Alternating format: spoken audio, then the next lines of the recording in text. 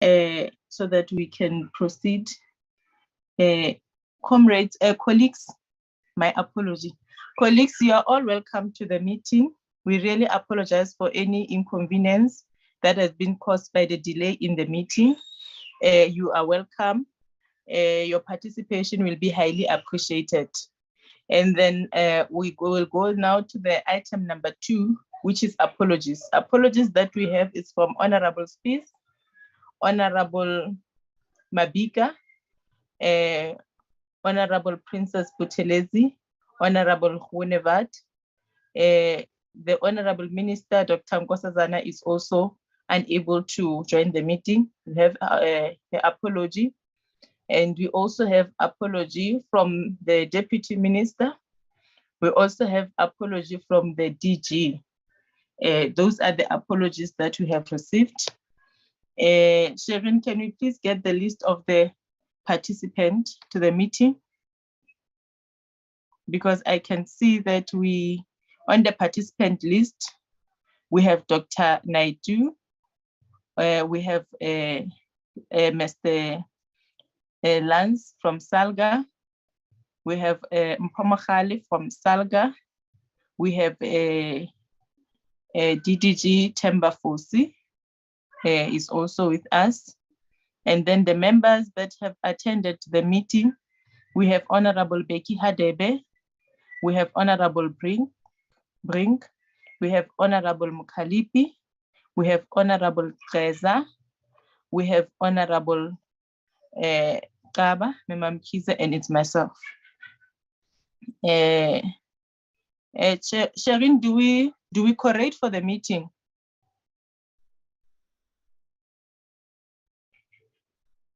Andile, where's Sharon?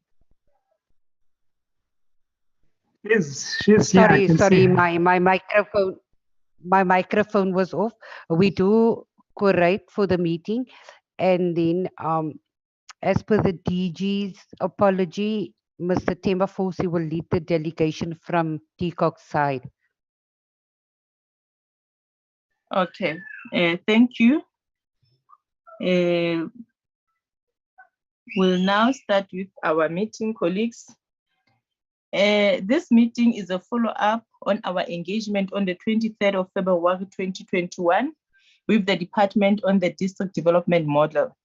From this meeting, we resolved to call the department again to brief the committee on lessons learned from all various local government interventions that have preceded the DDM. The rationale for this was to understand the continuities between the district development model and the previous intervention, as well as the attributes that differentiate the district development model from the previous local government turnaround programs. It is important that the district development model incorporates the success of the previous program while avoiding repeating the mistake made. We have noted how the previous program tended to start out with great hope and only for this hope to fade out and give way to the new promises.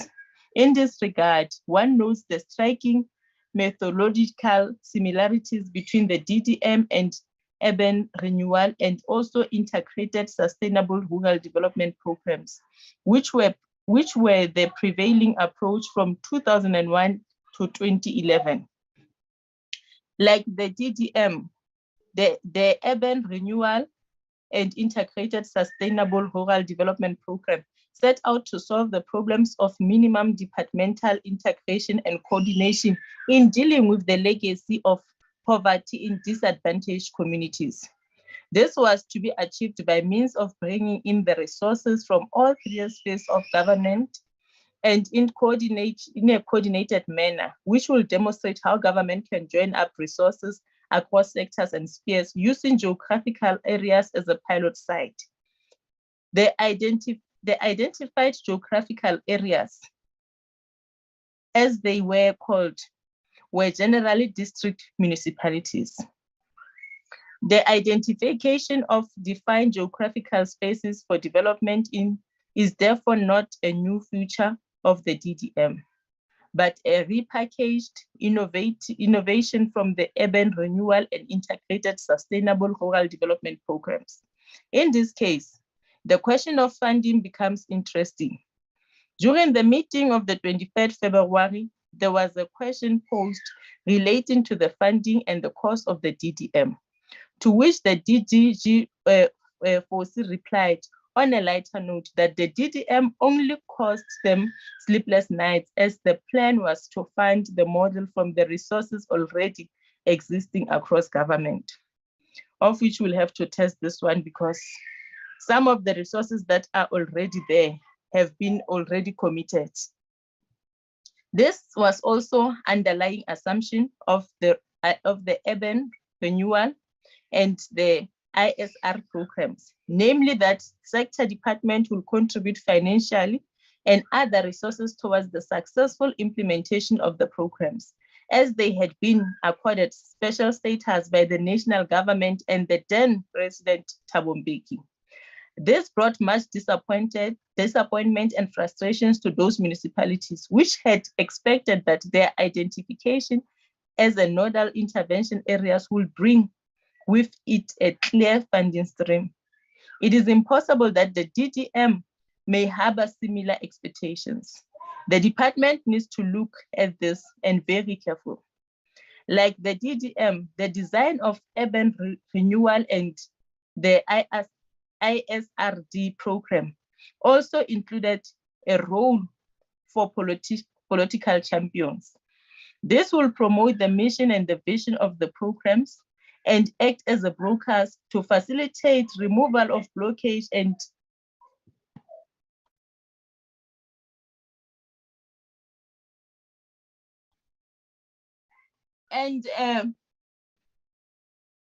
as the department's own assessment reveals, the result of the even primarily positive.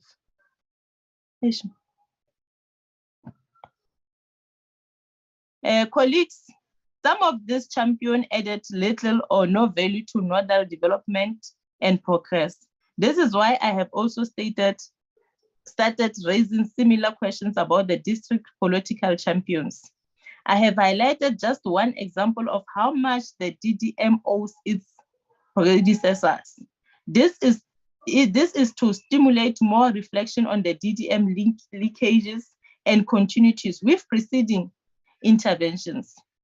We will do well to identify and applaud the areas where the DDM brings genuine innovations. Similarly, we must interrogate the areas that amount of reinventing the wheels. This is the spirit in which we intend approaching the subject matter of the meetings today. So as per the background of our meeting, then we'll go to item number 3, whereby we'll allow the Department of COPTA, as led by DDG Fosi, to give us a presentation on the project implemented in local government, LGTAS, Operation Clean Audit, and back to the basics. My apologies, comrade, for the background. I had a smaller challenges that I had just sorted out now. My apologies for some of the sound that were coming from my side. DDG. Thank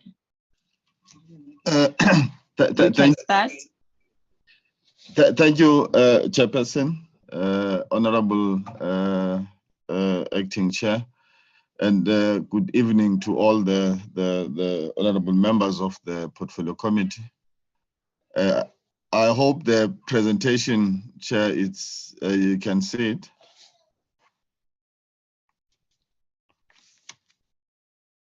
Am I audible? Yes, you are. Okay.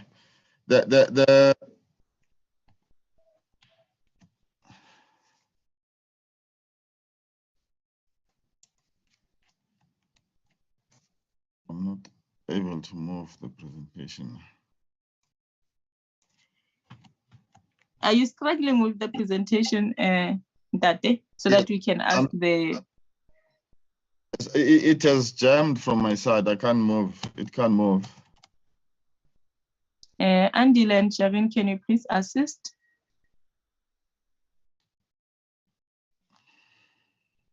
Thank you, Chairperson.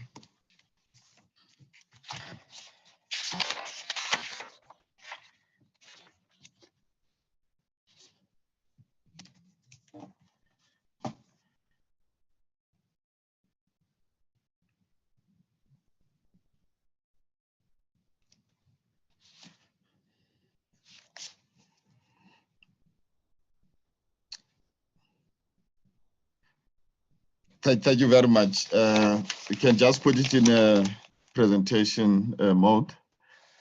So if we move to the second slide, it just provides the outline of the presentation. As we were requested that we must reflect on the previous programs, local government support programs. So we'll go through all that, and the last presentation, it's on the district development model in terms of the lessons that have been learned through the piloting phase thus far.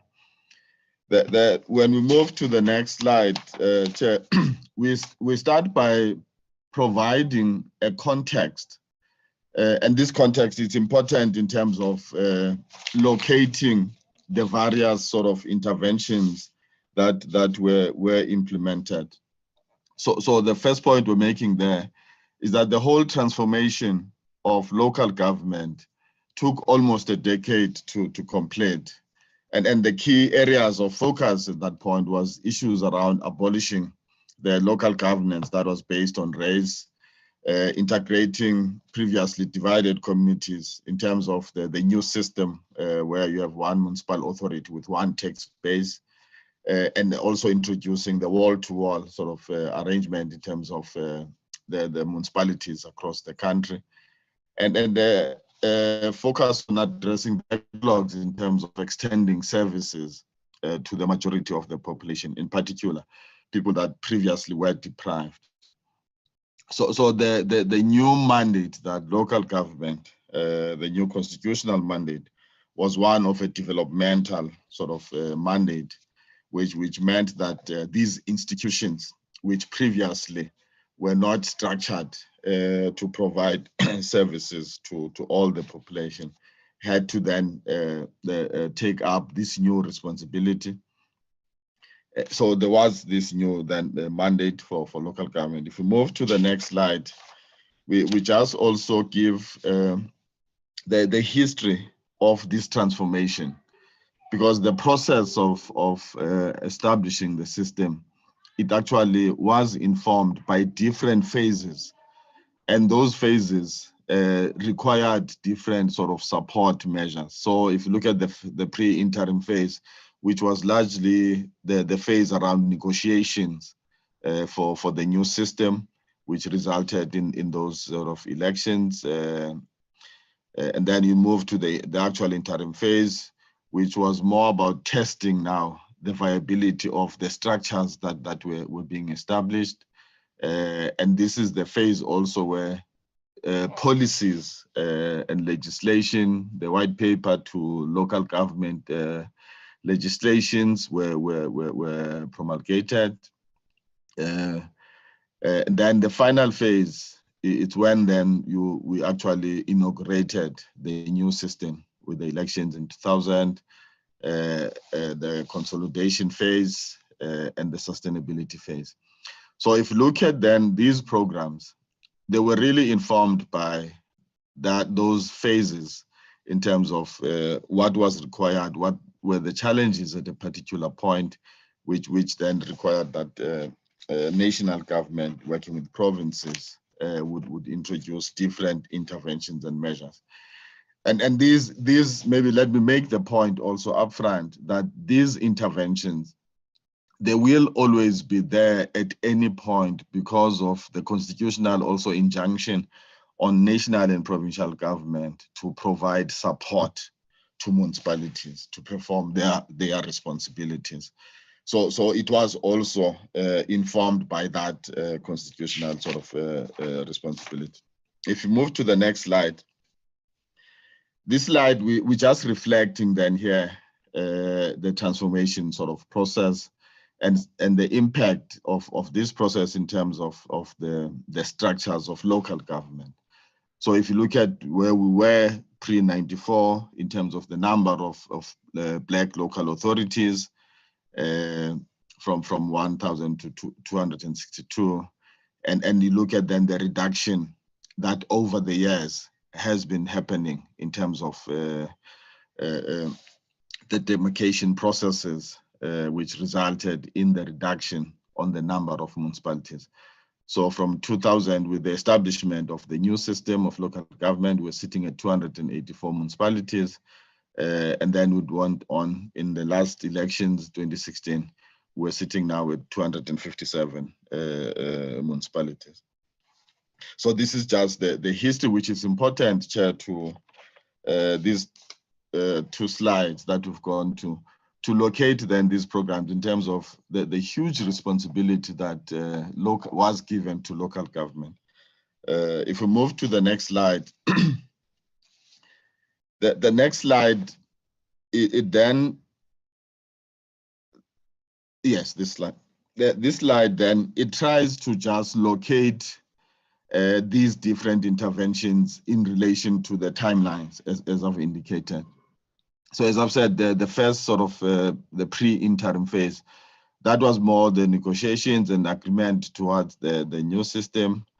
And if you look at then the programs that were introduced, in the next slides, I will go into detail in some of these programs, just to give a sense here at a high level. In the interim phase, if you look at programs like your project liquidity, Masakane, project viability, these programs in particular, with the establishment of the new system at that stage, you were coming from an era where the majority of the population were not paying for services. And we needed to encourage a new culture of payment for services, which is what the Masakane program was focusing on. Project viability and project liquidity, you were merging different sort of entities to create this one tax base, and you needed to create viable municipalities financially. And all of these support programs were really supporting the establishment phase to ensure that the institutions that were being created were actually being functional. Chair, from 2000, then you look at the programs that the chair referred to, the ISRDP and the URP programs.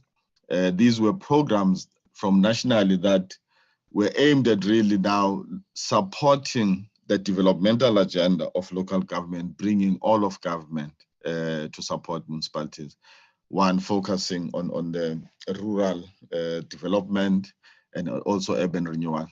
This program was more sort of selected, targeting selected nodes, which were seen as sort of presidential nodes. It was not the all of government covering all municipalities. It was targeted. We move on to Project Consolidate and the challenges that we identified, also drawing from the lessons of the establishment phase, what were some of the challenges. Then from 2005, which was the sustainability phase, your programs like your Sienza Manje, the 5-year strategic agenda, the turnaround strategy, and the back to basics. These were all programs now that were really focused on supporting the improvement of performance of municipalities in terms of their core responsibility areas. And it takes different sort of forms in terms of the nature of the support which these programs would provide. I will then go to the actual sort of details and the lessons. So starting with the first one, the pre and the interim phases, you look at the liquidity, viability, and Masakane program. As I've said, these were the initial programs of support, which was really promoting the culture of payment, setting up systems in terms of monitoring, but also building financial support and viability to municipalities. And these assisted to a large extent in terms of the reducing the municipal insolvency. And some of the lessons that came out of that phase was the inadequate capacity of provinces to provide. And also remember that provinces themselves were in an establishment phase, because provinces were established also in that period of 94, 95. So they were also grappling with their own sort of establishment issues. And the creation of and the measure of creating one tax base, what was really creation of these new municipalities, which you needed then to look at what is their capability to provide support in terms of their developmental agenda. The next slide. This is the slide that we just outlining then the objectives of the ISRDP program and the URP, which ran from 2001 to 2011. And the objectives of this program was to alleviate poverty through micro and local economic development support, improving the coordination and integration across government, to support sort of demand-driven approaches to respond to the needs as they emerge from the ground, and fostering partnerships and a participatory approach to approaching development. And this was characterized more by strengthening intergovernmental coordination, mobilization of resources, providing technical support. And as you've said, Chair, this was also the period which also the same model of appointing champions was introduced for the first time. The next slide.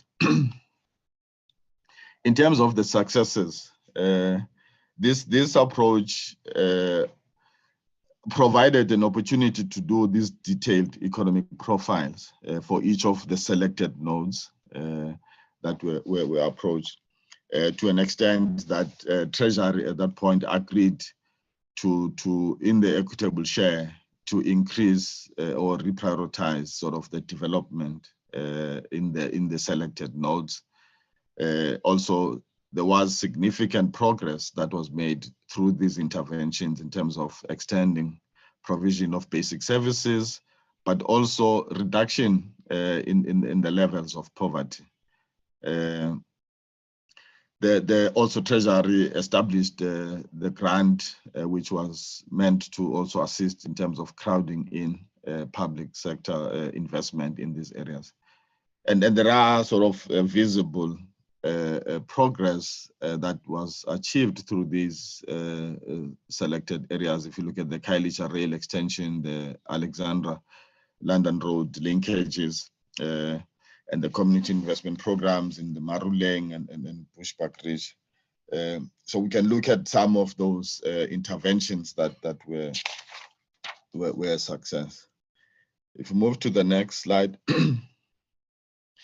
So some of the lessons, Chair, from these two programs was the issue of that whatever support that you need to provide to municipalities, there must be sort of basic systems in place. So if you are deploying expertise or a coordinator, whatever support you bring, you must have people also in the municipalities that you can mentor and work with, so that there's continuity even beyond when the program sort of, when you exit these areas. The involvement of the political champions, you correct, Chair, in your assessment, it was diverse, even its impact was varied. And there was a challenge, of course, in the context of multi-party party democracy, where you have different parties leading this area. How do you manage these dynamics? But there were active champions who assisted in terms of mobilization of unlocking some of the challenges, development challenges. I think one of the sharpest sort of lessons also that was learned is the issue around support to small businesses, which required really a dedicated support in terms of creating an enabling environment because of where they find themselves, where they are located in areas where there's few sort of local resources, there's few linkages with regional and national economy, and without sort of dedicated support of how you stimulate local economies and link them to regional economies. With all the support that was provided, it was really difficult to address this area. The next program is the Project Consolidate, which is a program that is always referred to. The objectives of the program was to rally the local government sphere in discharging its service delivery and developmental mandate, to realize the people's contract and mobilize social partners around this program, entrench a people-centered orientation, establish this new and practical benchmark for promoting performance excellence in municipalities.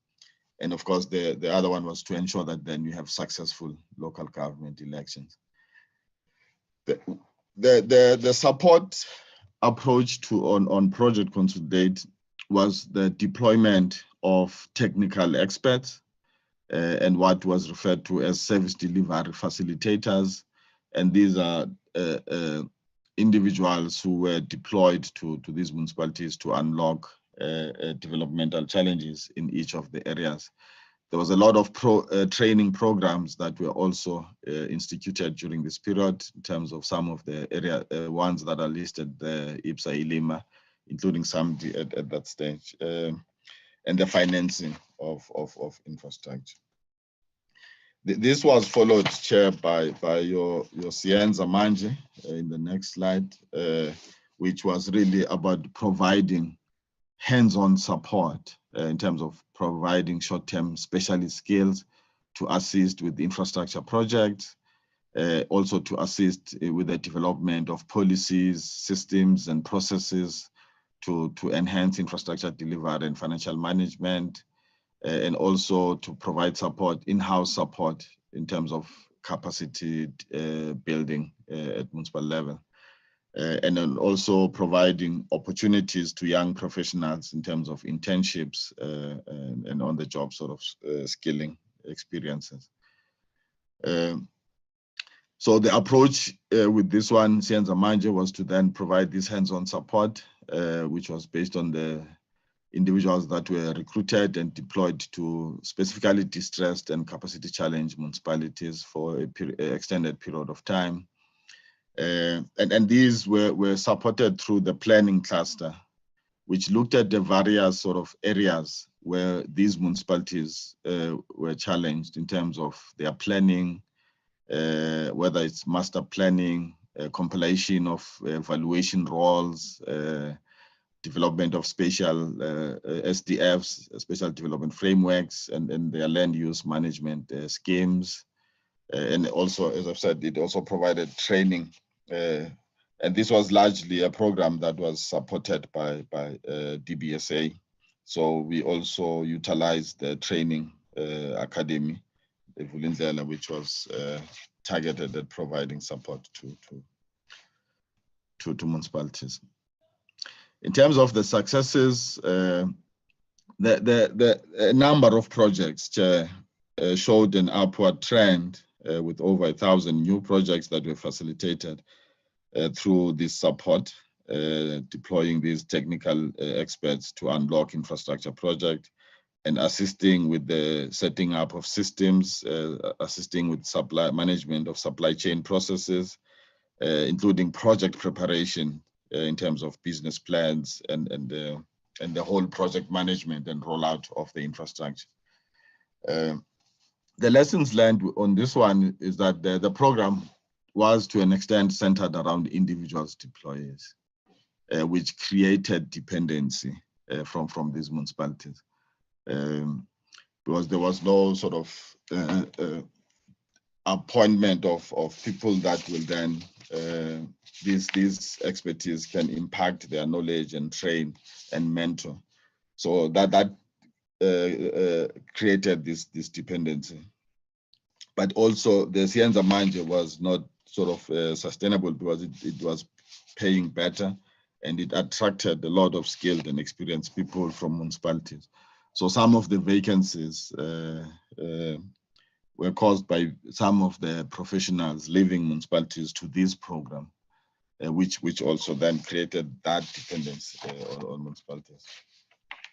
The next program that followed this, which also ran in a way concurrently, was the 5-year strategic agenda. And the objectives of the 5-year strategic agenda was to mainstream hands-on support to local government to improve municipal governance, performance, and accountability, address the structure and governance arrangement of the state in order to strengthen, support, and monitor local government, and refining and strengthening the policy and regulatory fiscal environment for local government, giving greater attention to enforcement measures. So these were the 3 sort of main objectives of the 5-year strategic agenda. It was based on supporting the 5 key performance areas of local government, which are the regulated sort of performance areas, looking at those municipal transformation and organizational development, basic service delivery, local economic development, municipal financial viability and management, good governance, and public participation. And there were other cross-cutting issues which looked at issues of coordination, capacity building, and improving overall sort of coordination and intersphere planning within this area. If we move to the next slide, some of the successes of this one, the National Capacity Building Program was introduced during this period, was also supported by SALGA and the LGTAS. And these are some of sort of the successes in terms of initiatives that were introduced to support this process. The 2007, the local government anti-corruption strategy was also introduced to address, to curb some of the challenges in terms of nepotism, kickbacks, and other corrupt practices that were there at that point. On the ICT, there were measures that were attempted in terms of introducing developing the ICT framework for municipalities. CETA also developed the blueprint for municipal sort of website and so on. And the Department of Communications also provided support during this period. On the lessons learned, I think the issue of the skills deployment were not coordinated through a single point. So there were varied sort of or fragmented support measures that were provided in terms of capacity building and deployment of expertise, which lessened the value for the money and the impact of these interventions. And there were varying reports also that we received from provinces in terms of the effectiveness and the extent to which sector departments were actually implementing their programs. So you still had fragmentation, you still had duplication also that occurred during this period. The next program after the 5-year strategic agenda, which started in 2009, was the local government turnaround strategy, LGTAS. And the objectives of LGTAS was to restore confidence of our people in our system as the primary delivery machine of the local government, of the developmental state at local level, to rebuild and improve the basic requirements for a functional, responsive, effective, and efficient developmental local government, municipalities to become nation's pride, and ensure that public representatives are truly accountable to the people. The approach on the LGTAS was really to, firstly, to do comprehensive assessment of the challenges in the key performance areas, and also develop municipal specific turnaround plans. And these municipal specific turnaround plans are plans that were facilitated and supported by national and provincial government, which to some extent also included other sector departments, treasuries, financial management support programs were also part of this. There were programs like the Clean Cities and Towns with the environmental department. It also brought in some technical support, technical deployment of experts. There was a technical support units which were established, which was an extension of COCTA in the provinces. And this is also the period when the Operation Clean Audit was introduced. The refined ward committee model was introduced also during this period. The minimum competency framework and the community work program was introduced during this the turnaround program. If you move to the next slide. On the successes, I think the intergovernmental collaboration, it began to emerge in terms of those key departments that are providing basic services. The Department of Water Affairs at that point, the establishment of the MISA, Municipal Infrastructure Agent in COCTA, also assisted in terms of the engineers that were recruited through MISA and deployed to over 100 municipalities across the country.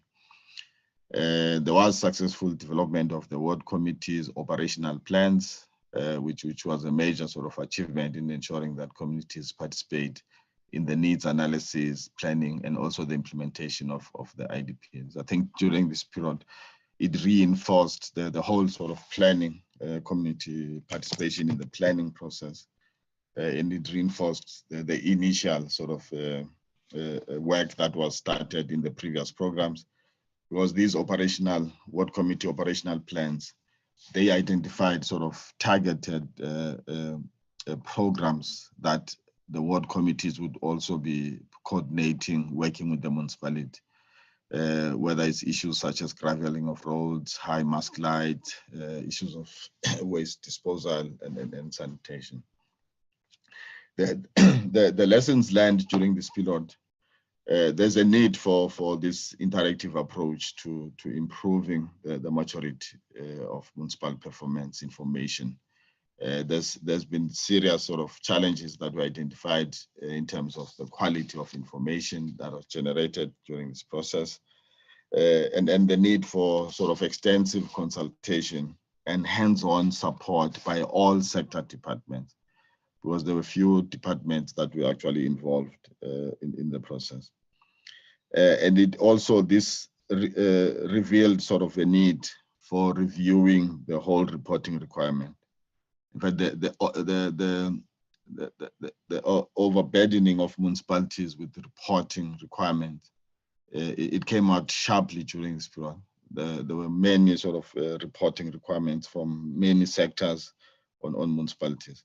So the initiatives to reduce the burden of reporting also started with this, the introduction of this program. And then the need for strengthening intergovernmental coordination and cooperation also, well, it came out very sharply, because not all of government was working in an integrated and coordinated way to support municipalities. The next program from this one is the Back to Basics, which so the LGTAS went from 2009 to 2014. LGTAS started in 2014. The B2B really was not a distinct program. It basically built on, if you look at the 5-year strategic agenda and the LGTAS, the key areas of focus, Back to Basics basically just supported the same areas, but ensuring that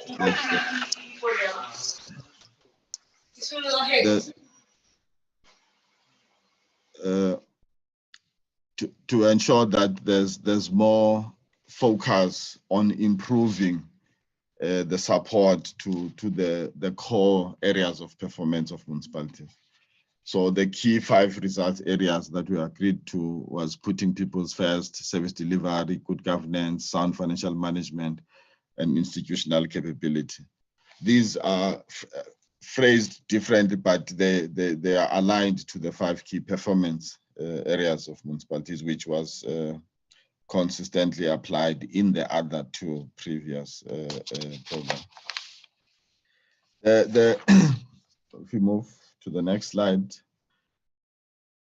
the successes of the back-to-back, there was sort of huge mobilization of key stakeholders at the political level in terms of the IGR structures, from the PCCs to MINMEX, SALGAs, the Troikas, and the relevant parliamentary committees, which provided oversight also to this. Provincial task teams were established in all the 9 provinces, which were meant to provide support or oversee the support packages that were developed for each of the municipalities. The municipalities were also supported to institutionalize the community complaints management systems as part of improving the service delivery.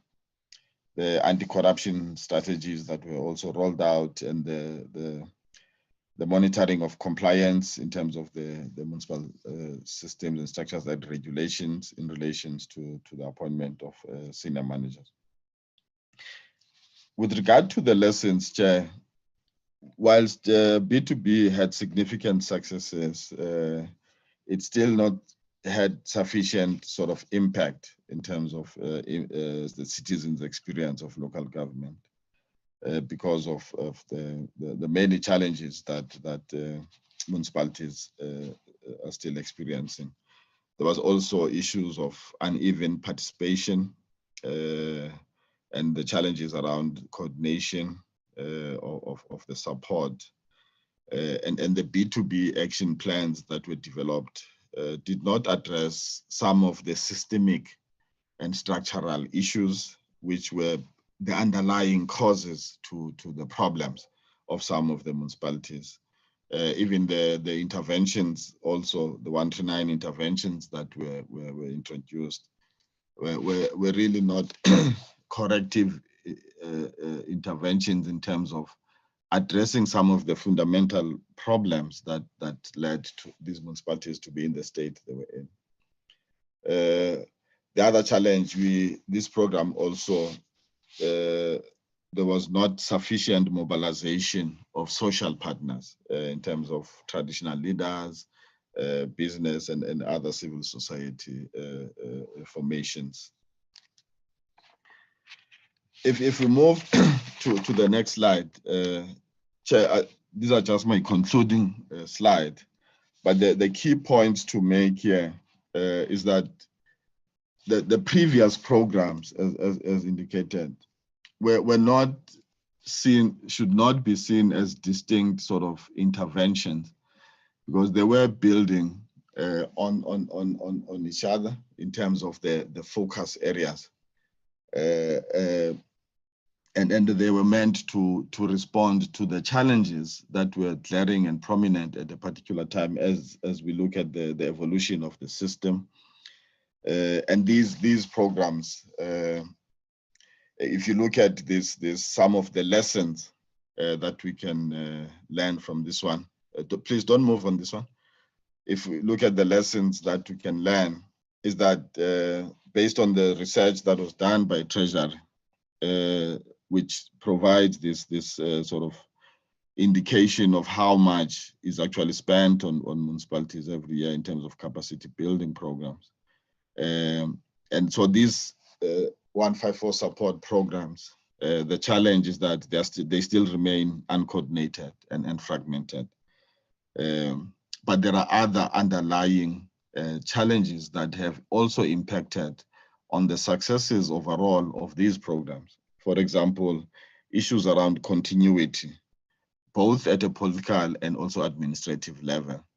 If you take the past 3 local government elections from 2006, 2011, and 2016, you had over 70% high turnover of councillors.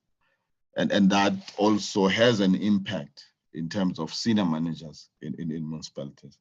So overall, you had these new administrations that are coming in every 5 years, new people that are coming in every 5 years, which impacts on really on the continuity, but also it has an impact on the developmental sort of priorities, because priorities then also changes with the introduction of new leadership. The next slide is just to reflect on the acceptable level of performance, the ideal level of performance. If we move to the next slide, this slide, I think it confirms the soundness of the white paper and some of the legislative instruments that are there that are governing the system. That if we implement these, if you look at this acceptable level of performance, we can still achieve sort of and improve performance. So we need to look at how we improve overall sort of, and this is what we refer to as the ideal municipality in terms of assessing a good performance of a municipality. I'm not going to go through all of these, but these are clear areas where you can then look at what is acceptable level of performance. The next slide, we're just reflecting on what characterizes distress and dysfunctionality. What are some of those challenges that would define what is dysfunctional, ranging from all the issues that are raised, the political and administrative instability and so on. My last slide, Chair, which is a concluding slide on this program. I think some of the key lessons that we can draw from these programs is that we need to build strategic and ethical leadership that is visible and strong to guide and provide leadership, not just at the municipal level, across the intergovernmental system. There's a need to focus on building strong and resilient local economies to ensure that you stimulate local economies and create economic opportunities and activities at a local level. The other key critical area is enforcement of the regulatory and the legislative compliance issues, which are your basics in terms of ensuring that you address total disregard of some of the prescripts, which is something that you have challenges in certain areas. Issues of enforcing accountability and addressing consequence management. I've raised the issue of continuity of leadership and addressing issues of vacancies and key skills gaps. And of course, strengthening the public participation processes and addressing the infrastructure demand gaps in terms of asset management and repairs and maintenance of key and strategic infrastructure that is in municipalities. And these are just some of the concluding sort of lessons. There are quite a number of, they're not exhaustive of key lessons, Chair, but we thought just in conclusion, addressing issues of systemic and structural issues that are impacting also on the ability of municipalities to function, whether it's in relation to their funding, powers and functions, and then all these other structural issues that are critical. Chair, I will stop here with your guidance because it's one presentation, but covering the 2 items, but I've just covered the first item as on the agenda. Thanks. Thanks, Ntate Themba. Let me acknowledge the presence of our chairperson and also hand over to the chair. Honorable Faith Mtambi. Okay, thank you so much, and thank you so much for standing in for me.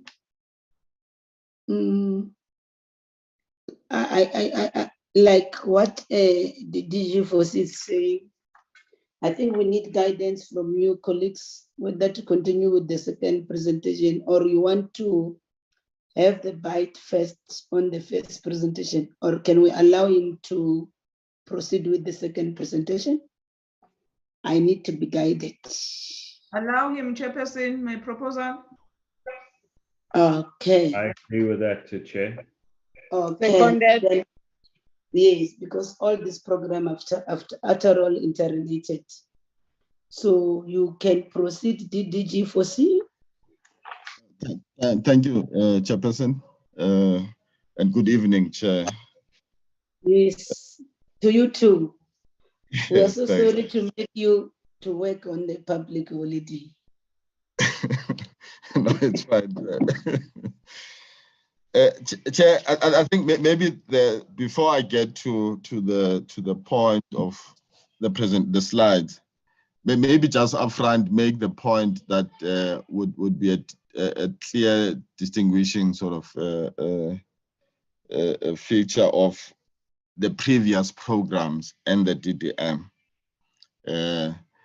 If you look at the only program which was really experimented with is the URP and the ISRDP, but its scope was only limited to those selected nodes. It was not an all of government, but in terms of the approach, it's the only program. The other programs from Project Consolidate, Sienza Manje, the 5-year strategic agenda, B2B, LGTAS. These were more programs that were really focused on improving performance of local government. It had element of emphasizing a need for strengthening intergovernmental cooperation, but the focus was really on improving performance and addressing some of the performance challenges at local level. And the DDM, when cabinet approved it, it approved it as a government approach, which must improve integrated planning and delivery across the 3 spheres, with district and metro spaces as the sort of focal points of government and private sector investment. And this integrated planning is enabled, Chair, by a joint planning, budgeting, and implementation. So it takes a form of all of government, and it provides then this one plan as an intergovernmental plan, which must set out this long-term strategic framework to guide investment and delivery in the 52 spaces. And that plan is meant to be jointly developed and agreed to by all spheres. And that's the next slide. Sorry, if you move to the next slide.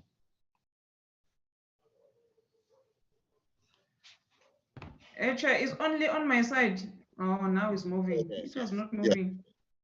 So that It's moving. That he was putting. He was on putting the previous. It was a preamble because we asked him to answer this question, Honorable Mkalip.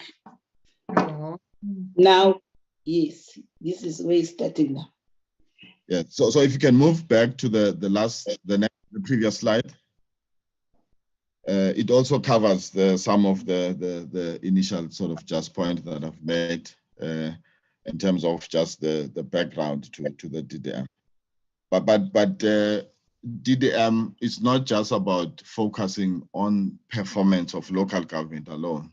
It's about how the whole system of government, based on the principles of cooperative governance, to create this coherent or a cohesive government for the Republic and ensure that the principles that are contained in Chapter 3 are achieved in a practical way. The IGR Act, as it stands, it only provides for the structures, your min-max, PCCs, and so on. But it comes short in terms of guiding how then the 3 spheres must integrate in terms of planning, budgeting, and implementation. So this becomes the operational plan that takes that process forward. If you move to the next slide, The piloting phase, Chair, so Cabinet approved the DDM in August 2019 with the three pilots, OR Tambo, Waterberg, and the Tegwini. And the work that was done as part of the first phase of the piloting, we basically developed the comprehensive profiles of these three pilots. And those profiles are a comprehensive state of development of these areas. It's informed by a number of indicators ranging from the demographics, poverty levels, unemployment levels, education levels, looks at the state of the economy, which sectors anchors the economy of these and how the performance of those sectors. It looks at issues of crime, health, education and skills levels. It looks at also the issue of the potential that these areas have, untapped potential that it has. So the profile is a very comprehensive document. We then also, as part of the first phase, we solicited government inputs in terms of program. We assessed what programs and budget, national, provincial, and the municipality itself are spending in that space. So we looked at including parastatals and then where it was possible to get private sector. We also reflected some of the private sector investment in these spaces. There was launched by the president of this. So some of the work that was done post the launches in 2019 was then to also undertake this comprehensive skills gap analysis, the establishment of the hubs, and also the development of the one plan. The next slide, it just reflects geographically where these three pilots are located. If we move to the next slide, it's just a map of where the three are located. And then if you move to the next slide, yes, thanks. On the progress after the launches, that the work that we continued to do, conducting the skills gap analysis. And this skills gap, the way we looked at it, Chair, was to look at implementation capability. So we're not just looking at the skills in terms of the individuals, but we also looked at the systems and processes in this municipality. So if you look at finance, you look at people that are employed in the finance unit, what skills do they have? But you also look at how the BTO, for example, is structured, what systems and processes are in place to ensure an optimal sort of functional unit.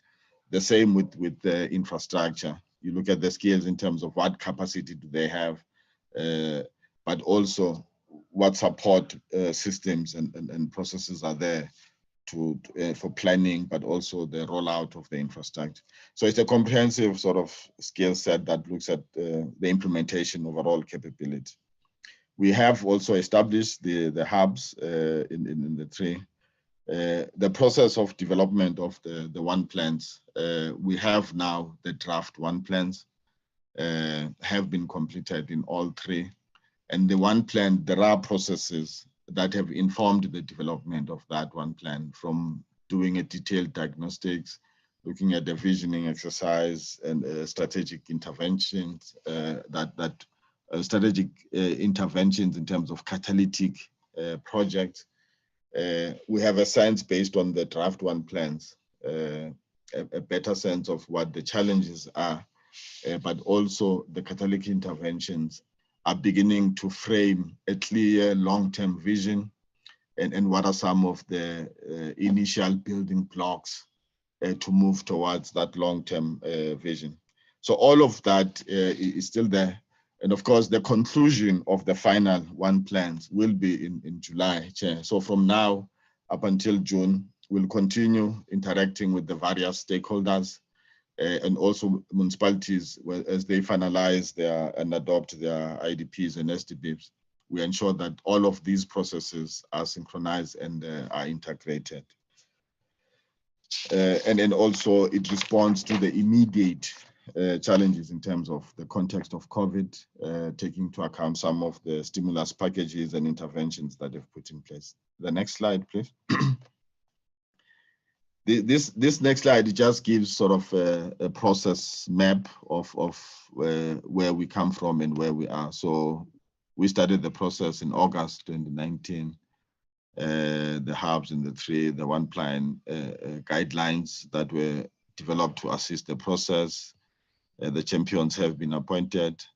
We are also, Chair, in the process of developing now information management system, which is going to be informed by a monitoring framework, which will set out clear performance indicators that are linked to the targets and support or commitments that are made in the one plans, where we can then be able to monitor the implementation of these one plans.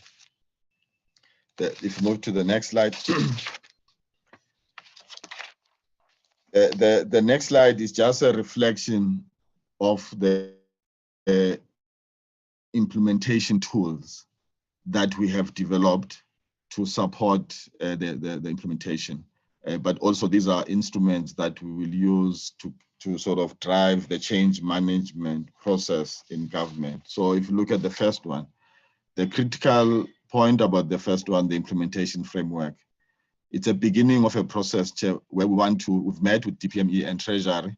They've incorporated the principles of spatial planning and budgeting in their frameworks. So APPs of departments and the budgets will be, going forward, be informed by accountability for what each sector is going to be spending in the 52 spaces. Also on the planning side, the APPs must be, the principle of spatial targeting will be also incorporated there, so that when departments plan, they can also account on the specific targets where they're going to be implementing in the 52 spaces. So the framework has been done. We're still going to continue with the consultation and ensure that as we move forward, we were able then to address that. We've developed guidelines that clarifies what the one plan is, what is the one plan in relation to the IDPs. The circular has been also issued that outlines the processes that municipalities and provinces must follow. We've developed the guidelines and the reporting template for champions. We have developed the draft regulations on the IGR framework. We are in the process now of consulting on those draft regulations. And there's an ongoing sort of support to mobilize and mainstream the work of national sector departments, because they are the critical sector, Chair, to strengthen the actual one plans. Because many of the municipalities and the provinces have developed the plans, but you still have challenges in terms of national departments' participation in those processes. In terms of the lessons, Chair, that we have learned from the piloting phase, if we move to the next slide, we have grouped them into 3 areas. We looked at firstly what are some of the lessons around the intergovernmental coordination and the institutional arrangements. The first key lesson is that in the piloting phase, it was very clear, Chair, that the partnership between the key coordinating sectors is critical. So at the provincial level, working with the premier's offices, provincial treasuries, and provincial caucus, it was easy then for those key sectors at the provincial level to mobilize the whole provincial government, provincial sector departments in a way. And then from our side, working with the presidency and treasury, we were able to get inputs from sector departments, from treasury, also the sectors themselves, and working with the district mayor and in the context of the district IGR structures, we're able to basically to bring all these critical sort of stakeholders that will coordinate all of this. The interministerial committee on service delivery also assisted in terms of bringing many of the national sector departments. The processes around setting the planning and budgeting processes, we've actually identified that it's still a challenge because those inputs from sectors, they are not really synchronized with processes at local level. And to some extent, some of their projects, there's no clear rationale of why the projects were actually introduced to respond. And in fact, with national departments, when we received their budget, it was difficult for them to reprioritize a mid-year and change their budget to respond now to the needs that were identified. Move to the next slide. On the content, I think with eThekwini, because eThekwini is a metro, and because of the support that they have received from national treasuries through the city support program, it was more sort of advanced in terms of their planning processes. A lot of research was done to support the metro, to understand their spaces much better, whether it's issues of human settlement, tourism, but also understanding their key economic sectors, how they are performing and so on. And this is largely was because of the support they had received. So it reinforces the issue of a differentiated approach that is required in terms of the support that we provide. The issue of leadership, Chair, I think it's a critical issue, both in all the spheres, whether it's national, at the provincial level, and then also at a local level. Because to drive this kind of commitments, you require leadership across the three spheres that shares a common set of objectives of what needs to be achieved. And I think from the beginning of this process, the leadership from the presidency, the minister, and other involvement of other ministers assisted in terms of their contribution to this process. If you move to the next slide, still on the content, one of the main sort of challenges, if you go to the next slide, one of the main challenges, Chair, was the issue of data, accessing reliable data from the sectors. We realized that many sectors were still using outdated information in terms of their planning process, but also the issue of availability of credible data is a challenge on its own. The weak integration and coordination, both horizontally and vertically, that still leads to duplication that impacts on the impact. Also, the issue I raised about the rationale of some of the projects. The example given there where schools were built in areas where there was no sort of enrollment of learners. Some of the duplication around, for example, training in OR Tambo. We looked at 5 departments that were providing training for the youth with over a budget of over 100 million. But the focus of those programs was really just on providing sort of certificates, training, and giving the youth certificates. And if you then integrate all of these, you are able then to make a sort of meaningful impact with the merging of integrating those programs. The other challenge, which is what we're trying to address with the implementation framework, is the issue around projects that are not spatially mapped. So if they are not spatially mapped, you are not able then, national sector departments are not able to account clearly in terms of where these projects are located and what is the objective of this and the rationale of those projects. I think the DDM, the way it has started, it has sort of laid a good foundation.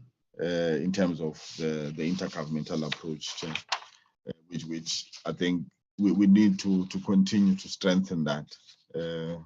That there's a whole traction across across the three spheres. If we move to the next slide, then we need to build on that. But IGR overall, it requires that you change practice, you change the culture, because addressing issues of silos, duplication, and fragmentation, you must go into what are the underlying sort of causes of these practices, and what change management processes you need to put in place to change the whole system to be more integrated and coherent. The other lessons that we've learned, it's on the stakeholder management, through interacting with various stakeholders outside of government.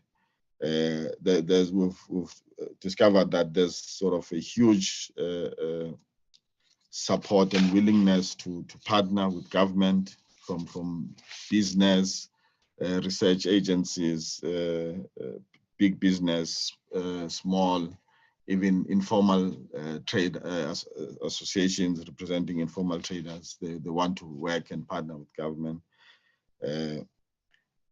So this approach actually confirms then the inclusive nature of the DDR in terms of working with all the different stakeholders, and the development of the one plan.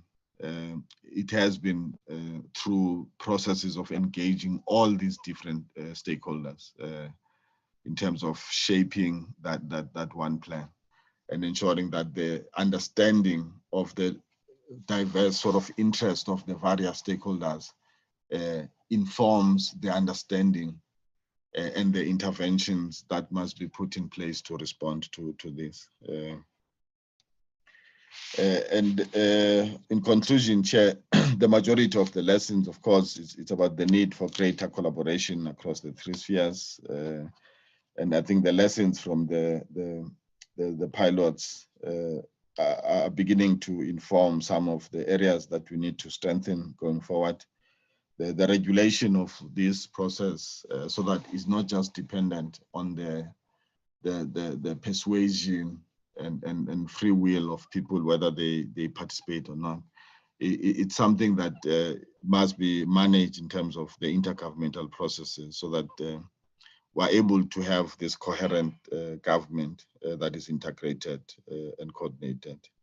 And then the critical issue of leadership, again, in mobilizing the all of government and all of society, that is targeted at really improving the lives of the poor communities, especially women, children, and the young people, because the profiles have actually given us a good sense of the extent of the challenge in terms of poverty, unemployment, unemployable youth that is in these areas in the pilot site, and what support do you provide in a targeted way to this child and woman-headed household. All of these are issues that have come out very clear, Chair, in the profile. And the critical issue is how then, through this one plan, do we put measures in place and interventions that really respond to these realities. So that is my last slide, and thank you very much. Thank you so much. Thank you so much, DDG Fosi, for the detailed presentation. And then also earlier in the morning, colleagues will recall that Shirin sent us documents on the background information that has to deal with all this program. I hope colleagues managed to go through them. Then I should think this brief then is very critical for our area of work. Can I see colleagues who want to interact with this presentation? by show of hands. Pink, followed by Honorable Cesar, Honorable Kava Chava, Honorable Mukalipi,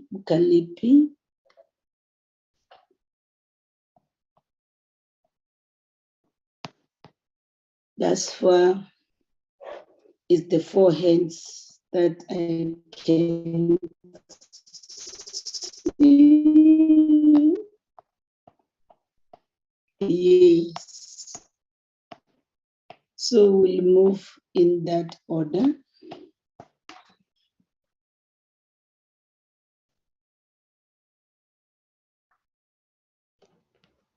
Thank you, Chair. Can I proceed? Yes, you can proceed. Thanks very much. Please tell me if I should switch off my camera, Chairperson, if my internet connection isn't stable. Sorry, Chair, I can't hear you. Muted. If your network disappears, I'll let you know that you can switch it off. That's why you have enough connectivity. Thank you, Proceed. Chair. Thanks very much. Chair, I think it's very important, this analysis that was given by Mr. Forsey about the previous attempts by national government to improve governance and the trajectory of municipalities and service delivery to communities. I think it's important because unless the district model or whatever government decides to implement looks at why previous attempts have failed, and I think, contrary to what Mr. Forsey has said, I think the indications are clear that most of these interventions have failed. If we don't learn those lessons, we are just duplicating what has happened in the past. Now, Chair, if you would indulge me, I just want to quote something from the National Development Plan. If we remember the National Development Plan, I'm not sure if people still remember that National Development Plan. But it says something very important on page 104, if I have the citation right, Chairperson. It says, the tendency to jump from one quick fix or policy fad to the next has had the effect of creating instability in organizational structures and policy approaches that further strains limited capacity.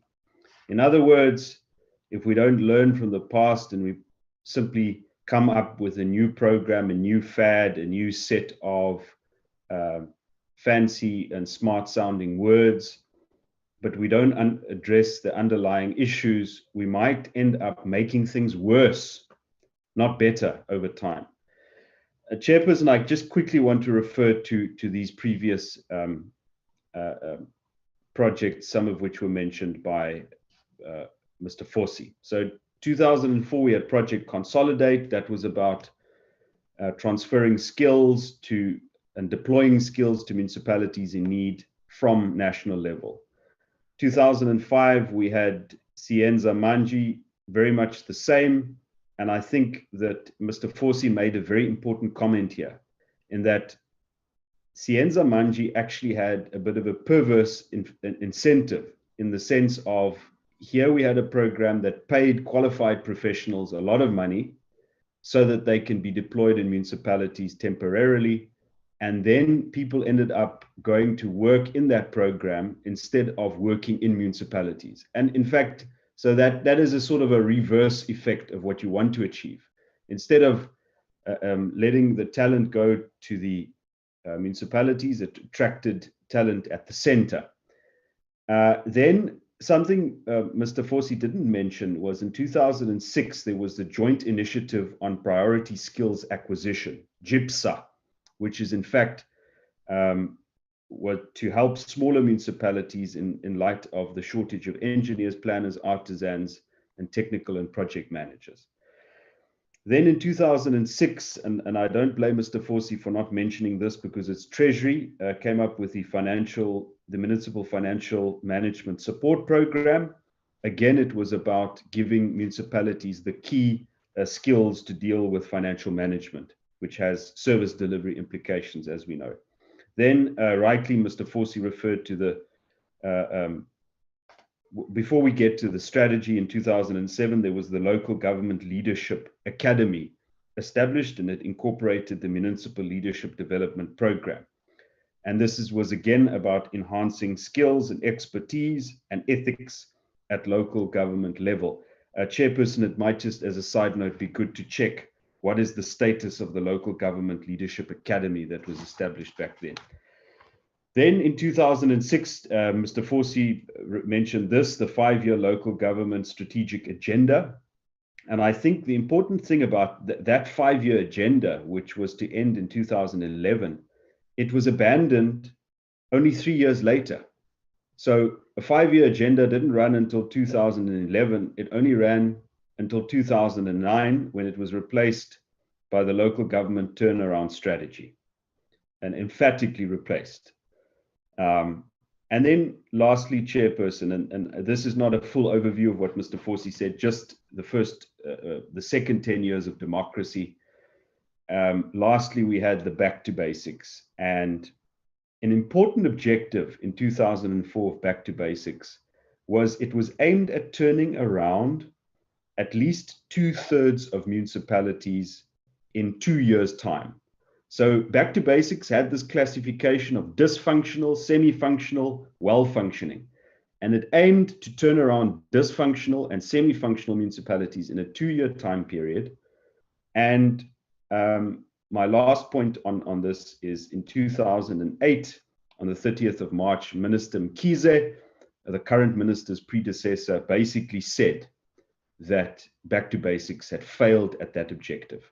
Now, of course, we know that's true because the trajectory of governance and finance and skills in municipalities has not increased since 2014. In fact, it's gotten much, much worse. It's been a downward trajectory. If we look at all of this, Chairperson, the common thread in all of it is transferring, in all of these interventions, is transferring skills from the center to the locality. Sometimes, often, most times temporarily, and somehow trying to improve governance also from the center.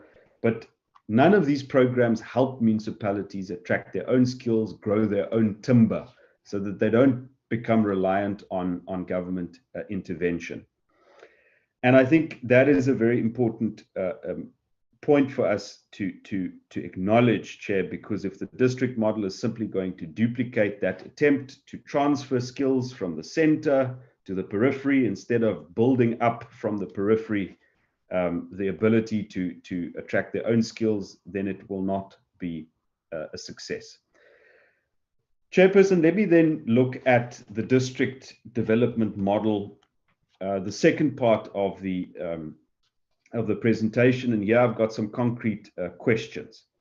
So, Chairperson, I asked parliamentary questions of the Minister about what the cost of the district development model will be and has been thus far, and I'm happy to share those answers in full with the committee.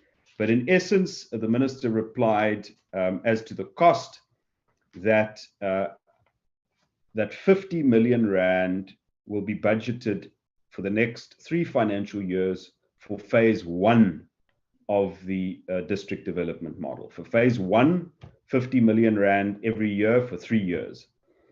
And more specifically, Chairperson, an indication was given that the cost of compiling the 1 plans for 2 districts, the cost of compiling 1 plans for 2 districts was 4.93 million rand. That leaves us with it gives you about 2.45 million rand for a single 1 plan. And keep in mind that 52 1 plans will need to be developed. This money was paid to the Development Bank of Southern Africa. The Development Bank itself didn't do the job. It contracts out the jobs to service providers, i.e. consultants, which was also implicit in the Minister's reply. My question to Mr. Forsey is, is this expenditure justified? Simply compiling a plan. Is it justified at about 2.45 bar per plan? Bearing in mind we need about 52 plans to roll this thing out only for phase 1. I'm not quite sure what phase 2 and phase 3 will cost. That question is still to be answered. And maybe Chairperson, Mr. Forsey, can then give us an indication of what the other phases will cost. Then, Chairperson, my third question is about the district hubs, which are these shared service centers. And what's worried me from the outset is the indication from COGTA that there's no new resources for district hubs. In other words, there's no new money being taken away from transport or from, some other department and saying we need to capacitate district hubs so that we've got in-house skills that can be shared with municipalities that form part of districts. The indication from the outset is, aside from this money that we're going to spend, give to the development bank to develop the plans, there is in fact no new money, no new resources that come with the district model. And what was said was that a lot of these district hubs and the success of the model will depend on volunteers and contributions from the private sector. But I asked a question about this again, Chairperson, and the indication is there's no single agreement even between a private sector entity to deploy engineers or to share skills or to, we've got something where Rolf Meyer, we know who Rolf Meyer is, the former minister, and Johan van Zyl from Toyota. They form part of a group called PPGI. So there seems to be an agreement with them. And of course, DBSA is a service provider. We pay them, they're not a volunteer. But there's no indication that people are volunteering or sending resources to these district hubs. And of course, there's no new money. So that leaves us with the question, what will these district hubs in fact do if there's no new resources? And if it's only about the shifting around resources? Is it not an example, Chairperson, to quote from the National Development Plan, of new fads and policy approaches that further strain limited capacity? Chairperson, and then my concerns about the actual constitutional model, the operating system that Mr. Forsey refers to. How will it deal with disagreement? And this is a question, Chairperson, I've asked it again and again and again, but I get no clear answer from Mr. Forsey. Maybe that answer doesn't exist yet, but I want to give him the opportunity. So the district model will eliminate, as you say, fragmentation and duplication. But how will it deal with disagreement? How will it deal with disagreement? Because it's very possible that a provincial government and national government, or a local government and national government, will disagree on policy objectives. Not fragmentation, not duplication. They'll disagree. City of Tshwane will say to national government, we don't have the resources to implement this new housing development in Mooikloof. We don't have sufficient support from, we're not going to do it. And Chairperson, if the district model doesn't come up with a framework of how to deal with these disagreements, how is it going to break down silos and so on? And if it has a structure to deal with these disagreements, what is it? And please don't say, just refer to the IGR. If we're only going to refer to the IGR, then there's no innovation here. Then Mr. Forsey, he actually referred to an implementation framework for the DDM. Can we see that implementation framework? Because presumably there would be something about deadlock breaking mechanisms in that. Then, Chairperson, my very final question relates to the actual lessons learned in the piloting phases. Waterberg District, OR Tambo, and eThekwini. One of the things that Mr. Forsey said lessons were learnt on was a skills gap. And he made the point, he said, it's not just about the actual people with skills, it's also about the systems and how the systems deal with skills and deploy skills. I'm very worried that there is so little detail.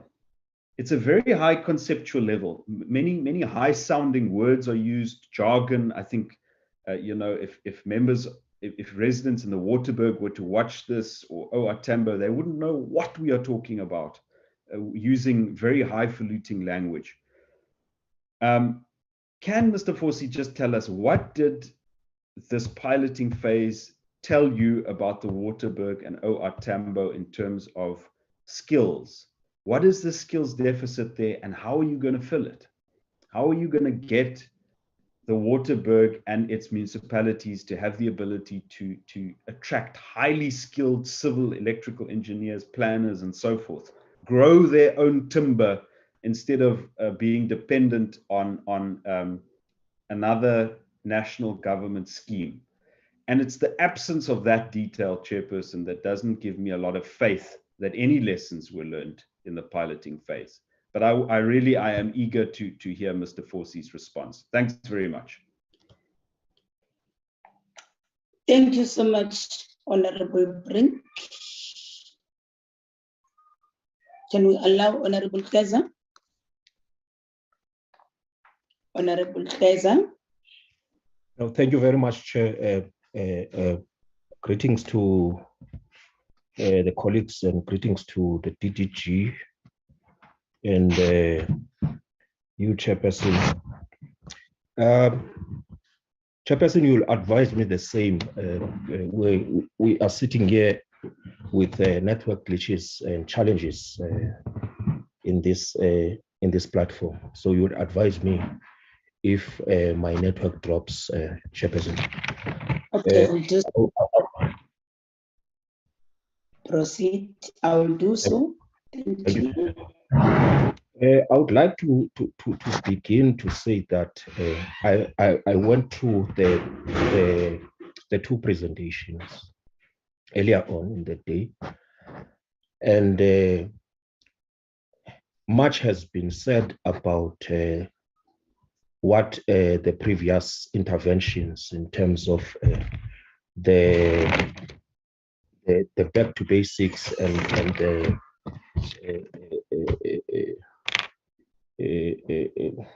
turnaround strategies, and I was to say that the impression that I got out of that, Chairperson, was that how has these interventions brought us success to this day in municipalities? Because you know very well, Chairperson, that we are sitting at a crisis with municipalities that have not made a clean audit, with consultants that have not made the time frame to submit while being paid and not imparting necessary information as required to build internal capacity of the internal auditors. And the Auditor General found that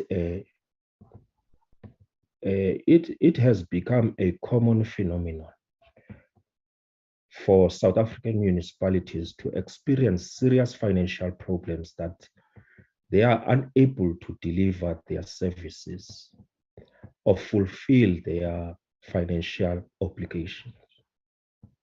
So if success, or if some significant success has been made, or minimal success has been made, my question is, what could be the impediment towards a distinctive resolve in terms of the poverty levels and the delivery of basic services? Why are we still stagnating as municipalities to date? Chairperson, further in 2004, SALGA would set up a municipal support and intervention unit with a budget of 43 million over a five-year period to assist 30 municipalities in the country that were at a crisis point as far as finances were concerned. To date, only 27 of 257 municipalities, managed to obtain these clean audits, which is the same crisis that municipalities found themselves dealing with. And given the magnitude of the crisis, what changes will the district development model effect in this regard, and with which period or rather time frames does it envisage these changes will be visible in communities who should be the end users or beneficiaries, Chairperson, of this DDM? In the same year, we should then note that in 2004, the Minister of Provincial and Local Government announced Project Consolidate, which sent teams to almost half of South Africa's then 284 municipalities to assist them with problems related to financial management. Now, if you go to most of the Auditor General's report, he has cited on numerous occasions the question of financial mismanagement and also the question of financial discipline. And in the committee here, we have lamented on various occasions on the consequence management that then emanates as a result of the misdeeds and the ill discipline that is in municipalities. Is it perhaps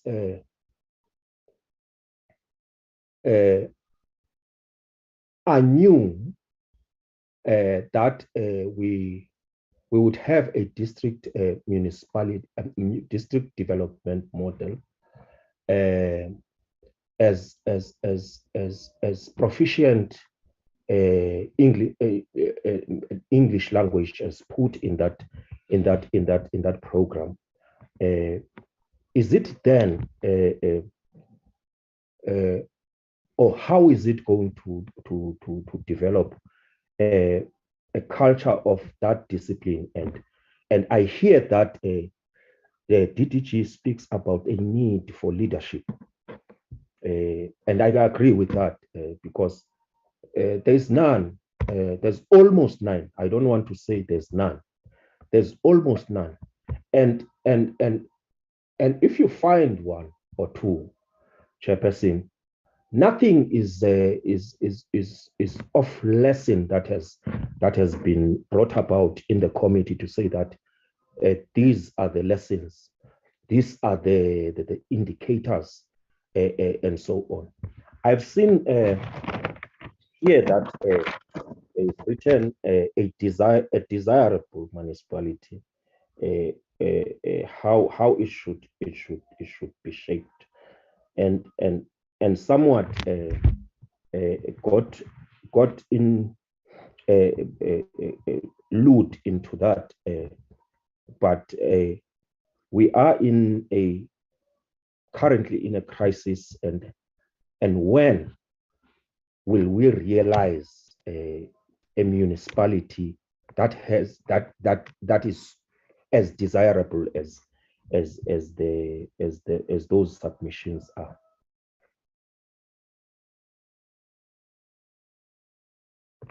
Now, then, Chairperson, the presentation speaks to the challenges facing the communities. that for the first time they have recognized the challenges facing community. I might not have put that phrased that well, but that's the feeling that I get. That for the first time, they have captured the challenges facing the communities. What action will be taken to resolve these challenges facing traditional communities relating to economic activities and taking deliberate industrial development in those rural communities, which should then incentivize anyone. If Honorable Brink wants to open a textile industry in Pedi, you incentivize him on the basis of the number of people that he has assisted and moved them and employed them, and thus moved them from a position of a precarious position of want and idling and unemployment, to create jobs and improve economic activities. Thus, then improve the capacity of municipalities to collect their revenue. And then in that district development model presentation, they also speak to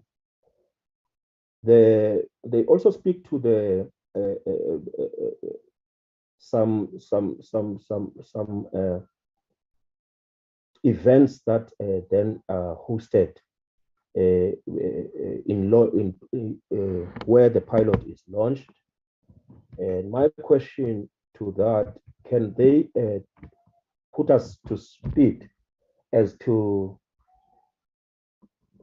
what are the costs of those events thus far, and how many events have been hosted in the pilot areas, and is the source of those events and source of funding for those events emanating from the development bank, and going forward at a pilot stage, what would be the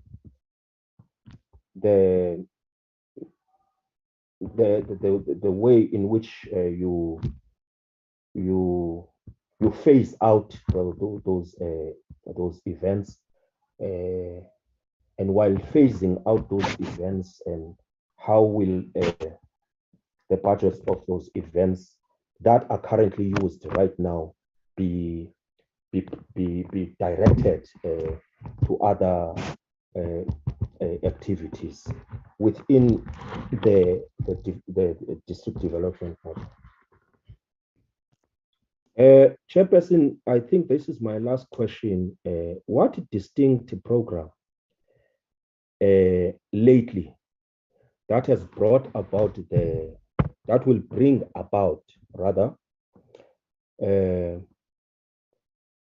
the insourcing of all programs that are regularly needed by municipalities, hence ensuring the solidly capacitated local government, which should address the capacity backlog as it is?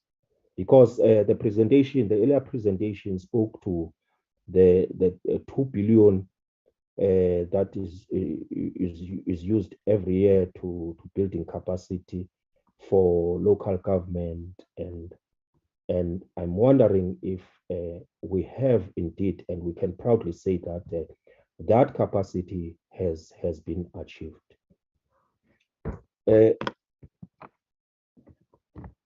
I might be tempted to speak to the question of race, where the department really spoke to the accomplishment, or rather partly accomplish the eradication of municipalities based on race. And one may be tempted, Chairperson, that the status quo remains intact and the tactics might be different, but the status quo just remain. If you look at the spatial development, we always talk about it here. I do not want to dwell on it and the high levels of disparities between the rural and urban area and urban municipalities, and so on and so forth. It really triggered some view in terms of those interventions that were taken from 1994 that took a decade, and then from 2014 up until now, you are tempted to say that nothing has been almost nothing has been achieved. But the titling of those programs that are set that were set for those purposes. So I really plead that perhaps in the current state, any model should really directly speak to industrialization, spatial development, and high levels of disparities, and the migration issue, and rural and true rural development. Because I think that China was conscious. Instead of taking people, distributing them deliberately to urban areas, and continue with that system, you know, as though there's no other thought in society, and just continue as much as it is failing in terms of people just migrating from rural areas and massive rural depopulation occurring right in front of our nose, and nothing seems to push for a deliberate industrialization. You have areas there in those former homelands, that in those rural areas that were really giving work to rural and traditional communities, that could be developed by a willing state, a willing state that could say that let's just deal with this issue, so that we distribute the people well, and people do not have to move from where they are staying. But it's not the case. You are often not quite cogent when it comes to that, Chairperson. And so in light of the persisting circumstances, municipal factors underpinning the sustainability, there is a problem of the billing system of all customers correctly, the fair and affordable pricing, and which somehow does not speak to what the Auditor General speak to, Chairperson, because if you go there, he will then tell you that money that is owed by municipalities, that is owed to municipalities, is much greater than the money that is owed by municipalities, businesses, government departments, and so forth. How do you bring about a solution in that and ensure that this is done, apart from us talking about it for almost 2 years now? Thank you very much, Chairperson, for the opportunity. Thank you, Honorable Chairman. Can I allow Honorable Kaban Chava? Thank Ma'am, you. please. Thank you, Chair. Greeting to the colleagues led by the Chairperson, and greeting to the department led by our DG. Chairperson, regarding to the pre and the interim phases of local government between 2004 and between 1994 and 2000, the department reports that there were some successes in reducing municipal insolvency. Can the department provide a concrete example of these successes and whether these have been sustained over the last 2 decades? The lesson learned during the pre and interim phases was that there was inadequate provincial capacity to act on warning sign of impending problems.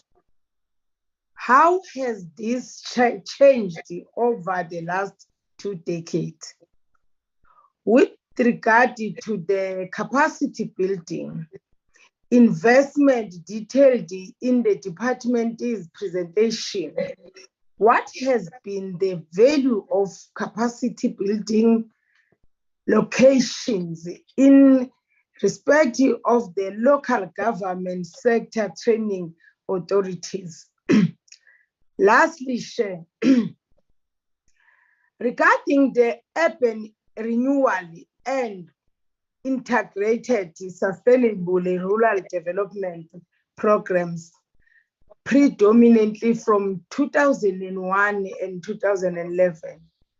The department notes that a challenge that was never clearly addressed was the implementation of these programs in the context of multi-party democracy and the need for cooperation when different parties hold leadership positions. How does the district development model addresses these challenges more clearly? Thank you, Chairperson. Thank you so much, Honorable Pritika Vanchava, for the questions. Can we then allow Honorable Mkalipi to raise her questions as well? Over to you, Honorable Mkalipi. And thank you very much, Chairperson. Thanks very much for the presentation by the DDG. If you remember very well, Chair, it's us who have requested this kind of information because we wanted to understand broadly this issue of DDM.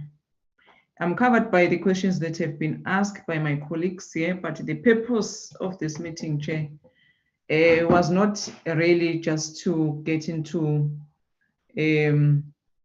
questioning the district development model.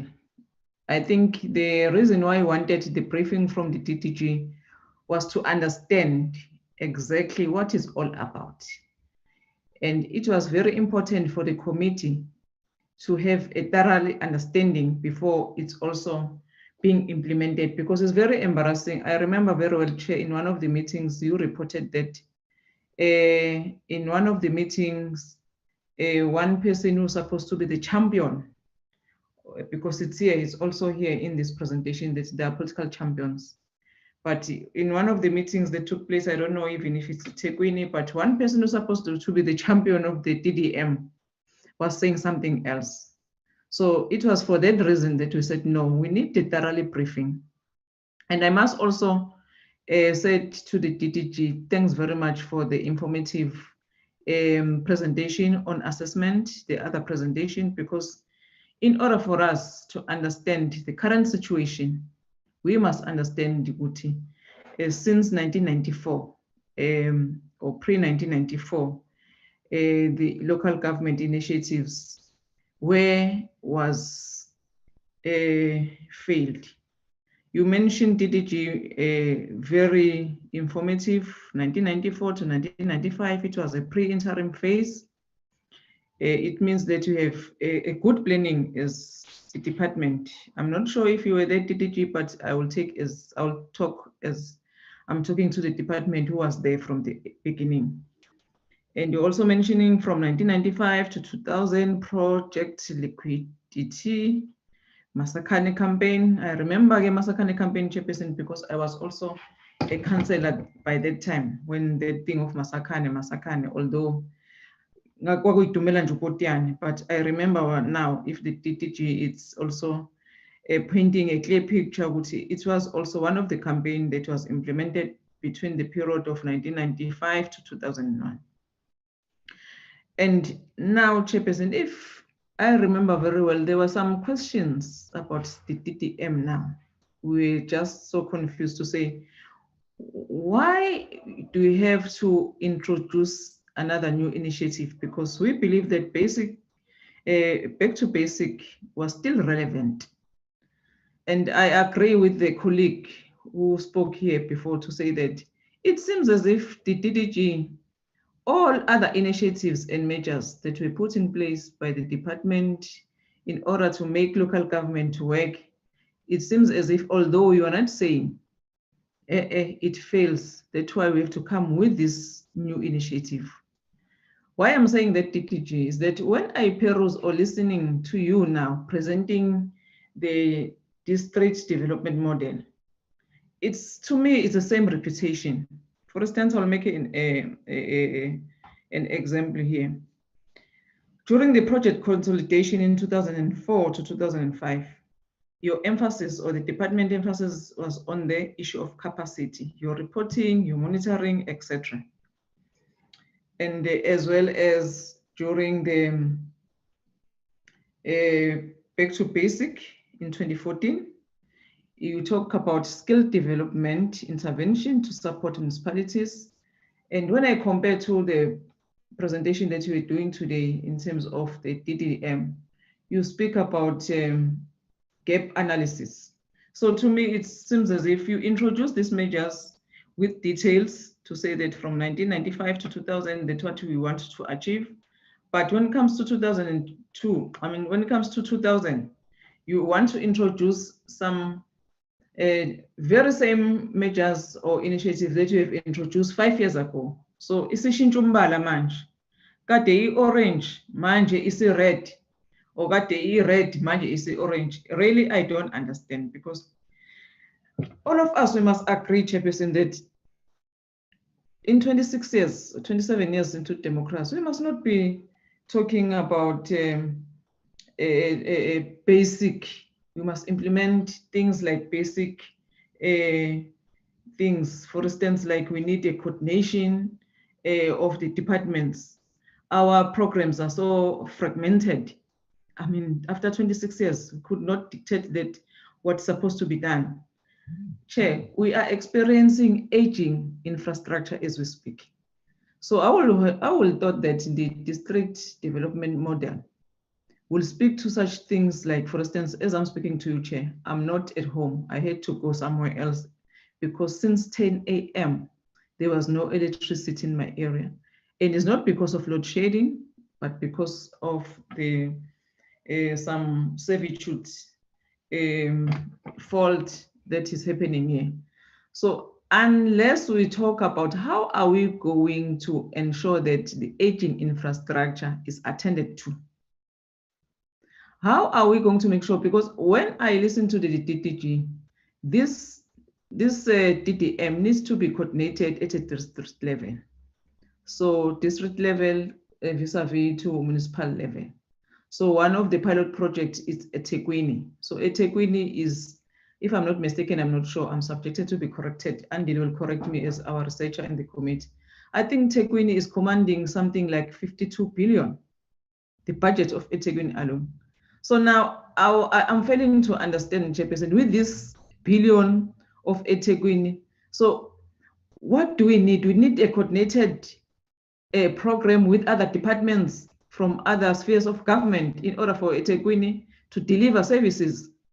No, it does not need other spheres of government. It needs a political will, especially now eThekwini. There are some challenges. For instance, why eThekwini to have an ex-mayor who is attending a court case because of the wasteful expenditure and those things of udotes ngaqoqwa. And even now today, if you go around eThekwini, you just see rubbish everywhere.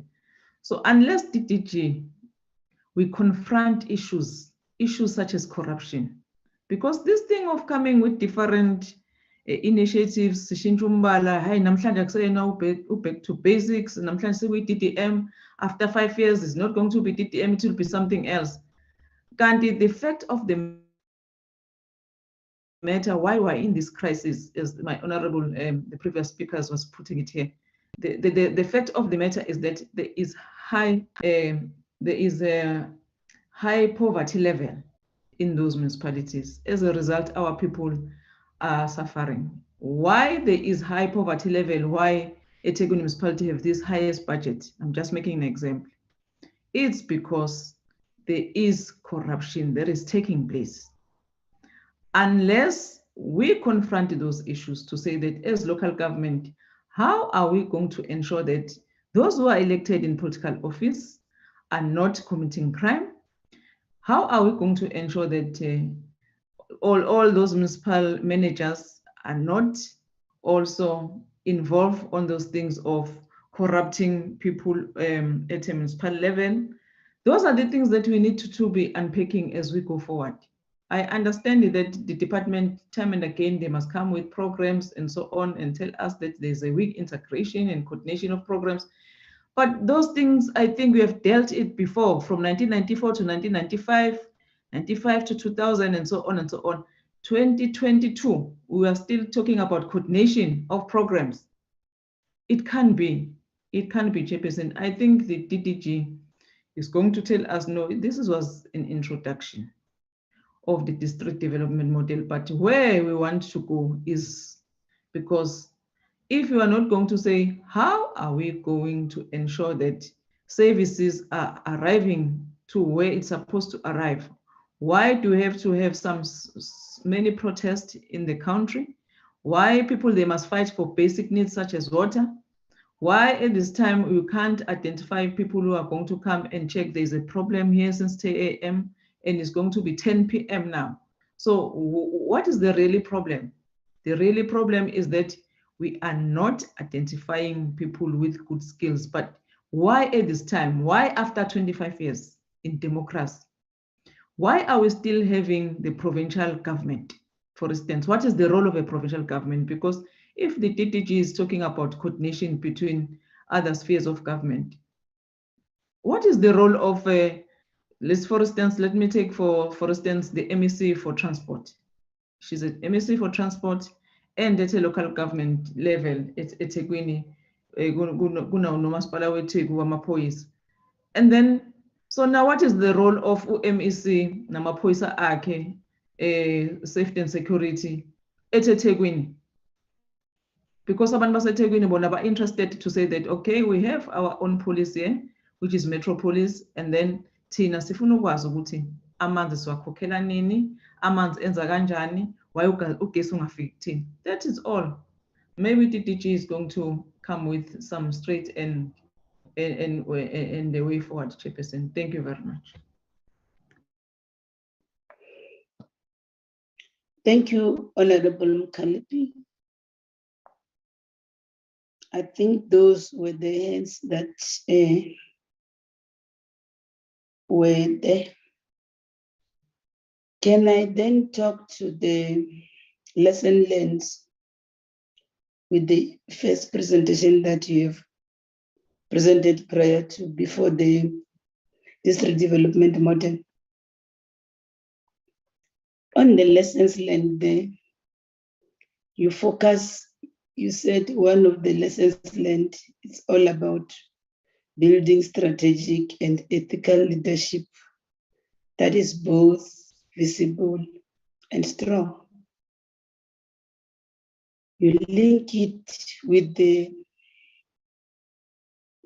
current municipal audit outcomes, as you have seen us dealing with these issues with municipality.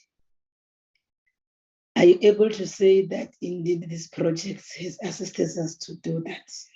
Because you learned this lesson that there was a need to build strategic and ethical leadership, and both, which is both visible and strong. Having implemented these programs, and then there's been a need to do that, what is it that now you are telling us? Because I don't see it coming on the presentation very clearly. Same thing on focusing on building strong, resilient, and local economics. I know you're still going to come and brief us on the LED part of it, but you will both agree with us that what this municipality has been doing was only focusing on the service delivery aspect of it. That provision in section 152 of the Constitution, that the municipalities must be developmental, and as to say, this municipality has been very much successful in empowering the communities with regard to their local economic development. The issue of enforcing regulatory and legislative compliance, I think I must be, you see every time as and when the AG issues the reports, you see regressions, not improvements on accountability and financial management. And of late, what we pick up in the AG's report, it's lack of accountability, complete disregard of laws and legislations. And I want you to link with this, because this is the things that you learn. My understanding is once you learn lessons, then you develop programs that will address those issues as led by the programs. I won't even mention the issue of accountability and consequence management. You have picked it up over since then. You've been implementing these programs. But where we are today, you know, all these shenanigans that are happening in the municipalities as a result of this issue, lack of accountability and consequence management. You understand where I'm coming from. To say then, what are the robust, realistic programs that you had put in place to address this? Because looking at the district development model now is talking to the other things now when you're talking about one plan. But there are these problems that you identify with the other programs that are still outstanding. I don't see them featuring here on this presentation on the district development model. Then the other issue, it was about the one plan to say effectively from July. That's when you are going to have one plan. It's one plan for the district. But you know that we've got different planning systems in government. You want to tell us then, the one plan that's going to be coming on the 1st of July, is it going to be the aligned to all those government department strategic plans and APPs, considering the national departments and those that are operating its provinces, provincial departments? I just want to understand how will this one plan look like. Yes, I want that. So those are some of the issues that I felt one needs to also raise, because when you are talking, you are saying the plan is towards a completion, and then come July, there will be one plan. How will be that plan be structured? Because you are always almost towards the completion of that that plan. One just want to understand, because I'm trying to think, because like we are next week, we are going to start to adopt your APPs as the department, including the entities that report to you. I just want to understand the modalities on how do you make sure that all that is in your plan then get integrated into this one plan of districts. The other issue that I should think Honorable Klava should have dealt with is with regard to this other challenge that confronted the urban renewal and the integrated sustainable rural development program that pertains to the difficulties around enterprise development in poorer areas, as small enterprises in South Africa must then compete with established firms in tightly integrated markets. This problem has not gone away. We want to know how is the district development going to address it. Over to you, DDG 4C and team. Honorable Mukalepi, did you omit something? I see your hand is up, or it's an old hand? It's an old hand, Chair. Yes, thank you. Can I hand over to you, DDG 4C?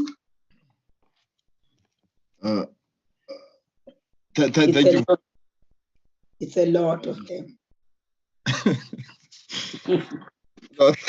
Sure, that's a lot. I'm not alone. Chair, there's a lot of them, but we are not fighting the DDG today. We are very calm. Yes, you can see that. He's very lucky towards the holiday. I take it in the Easter spirit also, Chair. No, the questions, Chair, are really appreciated, and I think they are assisting us also to look at how do we improve. Can you put on your video, please, DTG4C? There's no more slides now. We want to see you. Yes. Proceed. Yeah. Okay. Thanks, Chair. So the questions, I think, Chair, they are assisting us, and I'm not alone. My colleagues are here also. They will also, I think, come in where they feel that they can add to responding to the question. I think Salga is also here. I saw Joan, where he feels he wants to add. Lance Joan. Chair, thanks very much. I think starting from the first question, Honorable Brink, I think the first point that Honorable Brink makes, I think we take the point in terms of the analysis and how we then drawing from the previous sort of interventions, and the point about the impact of the quick fixes on the organizational structures. And of course, I think the slides, we tried to actually reflect on JIPS, ILIMA, and other sort of programs from Treasury and so on. The Honorable Bring, you correct. I mean, I think there is a common thread across all these interventions in terms of transferring skills or skills sort of development emphasis. Because it is a feature that has always been clear from all the different administrations, the capacity challenges that still exist in the municipalities. So most of the programs will reflect that element. And I take the point about the support or capacity building. We must look at it as part of the responsibility also that we have to continuously support municipalities to enable them to perform their constitutional responsibilities, because it's part of our responsibility. There is a program which had the 3-year lifespan. Of course, that program was affected also by the changes that happened politically, which I think with the new administration also things changed. I think on the specific questions that Honorable bring asked around the costs in relation to the PQ that was asked. So the department, when this program was introduced and adopted and approved by cabinet, we did not have dedicated capacity to run with DDM. We did not have a budget allocated for DDM. So in our engagement with Treasury, Treasury agreed to, through the adjustment process, to allocate 50 million for the first phase of the implementation, which is the piloting. And of course, that first phase, it will include the issues that Honorable bring sides in terms of the development of the one plans and the amount that was provided there. But it goes beyond just the process of the development of the one plans. We have established as part of the MOU with DBSA, a program management unit or office in DBSA, which is working with us in terms of enhancing COGTA's capacity to manage this program. That PMO, it's made up of different expertise, program managers, who are then coordinating the different aspects, working with the department. And these are experts that have been brought in to, as I'm saying, to enhance the capacity of COGTA. It comes with cost in terms of the work employing those people, which will also, and they are on a 5-year contract, the PMO. Over and above the funding that we have provided, DBSA also has committed funding to this program. So the expenditure, whether it's justified for the one plan, the one plan, the diagnostic studies that are done, it's research work that is done, extensive research that has been done, which also involves a lot of consultations that was done with various stakeholders.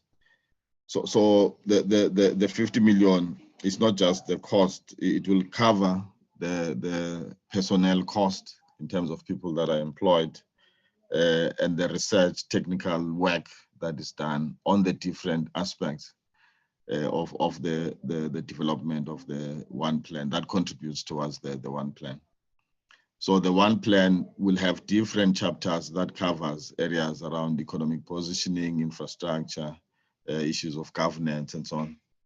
And in all these areas, there's work that is done, research work that is done that contributes overall to this, that contributes towards the one plan.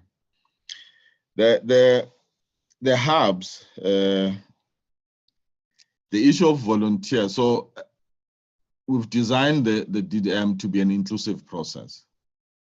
It's not just a government process alone. And as I've indicated in the presentation, we have engaged many partners or stakeholders who have committed to partnering with government. So PPGI, the work that they are providing, we are not paying for that. It's services that they are providing on their own, technical expertise that they're providing. We've signed MOUs with the mines, Exaro. They are providing expertise in the Palal and so on. It's not money that we're paying for. It's money that is coming from the union, so the mine itself. So there are MOUs that we've signed now with Holland, who will be providing support in early childhood development. So we will continue engaging even with research agencies, Water Research Commission, Council for Geoscience. So we'll continue to engage these various stakeholders that have expressed interest in partnering. And that partnering, it's about them providing support based on the areas of specialization that they are bringing. But the hubs, they are meant to be a center of coordination at a district level. So you have different spheres that have footprints or need to contribute to develop in that particular district. The hub provides the central point of coordination and the point of integration of these different contribution commitments to that district in the context of the one plan that has been agreed to. So the hub's role is really facilitating the coordination and bringing all these different stakeholders to ensure that as it relates to the one implementation of the one plan, we're all guided by the same sort of set of objectives, and we can measure contributions of the different stakeholders in that district. Because what is happening, the duplication that we're talking about in the fragmentation, what we're saying now is that the hubs becomes the single point of coordination at a district level to assist, and the hub is working closely with the district and its local municipalities. It's sitting outside of the district to ensure that all the different stakeholders in government and outside of government, they are part of the process.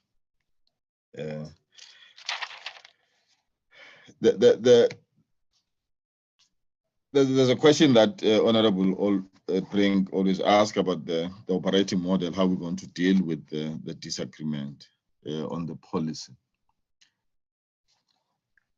You see, the approach that we're really focusing on is to start at the level of saying all the spheres, the point of analysis must be the profile. It must inform the different sort of interventions that spheres, different sectors want to implement in that. So the conversations that are facilitated in the process of developing the one plan, it's about agreeing on what is the priority and how the different spheres contributes to that. There are two principles that are guiding the DDM in terms of planning processes, is the specialization and the reprioritization. The specialization, it's about ensuring that all the sector inputs can be specially mapped and there's a rationale for what they are going to be implementing in a particular space. They must account for that. The reprioritization, it's about then ensuring that based on the engagements that would take place through those processes, departments can also reprioritize their budget and programs to respond to the challenges that is identified through this process. So it's not about imposing. If we all accept that the profile is the basic unit of sort of planning, you don't have a sector sitting at national and deciding what it wants to do in a particular space, or a province deciding what it wants to do. But there's conversation and agreement.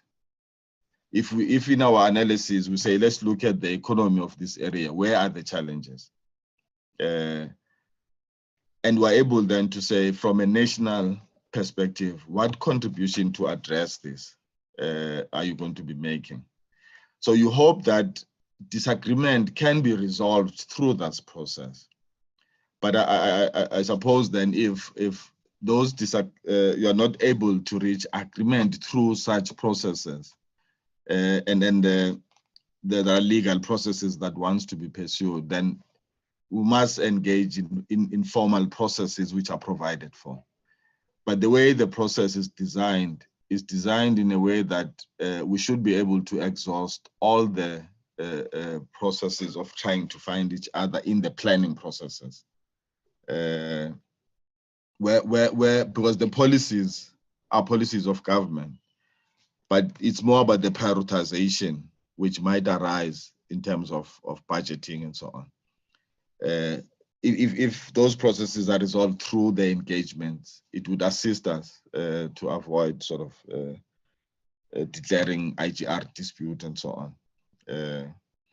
But we want to invest in those processes. I might not be responding adequately to the point, but I think the principle is about those facilitated processes where there's conversations that are informed by research, by evidence, by the facts that would then articulate the extent of the challenge and problems in that municipal space and what the different spheres must do to respond to it. I hope those conversations can actually deal with that.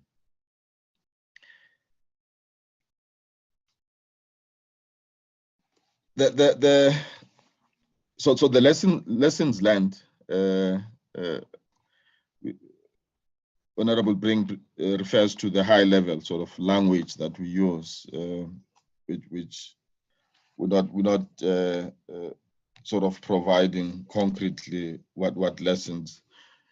The chair, I think one should commit in this meeting that we will share extensive documents that have been produced on these different aspects.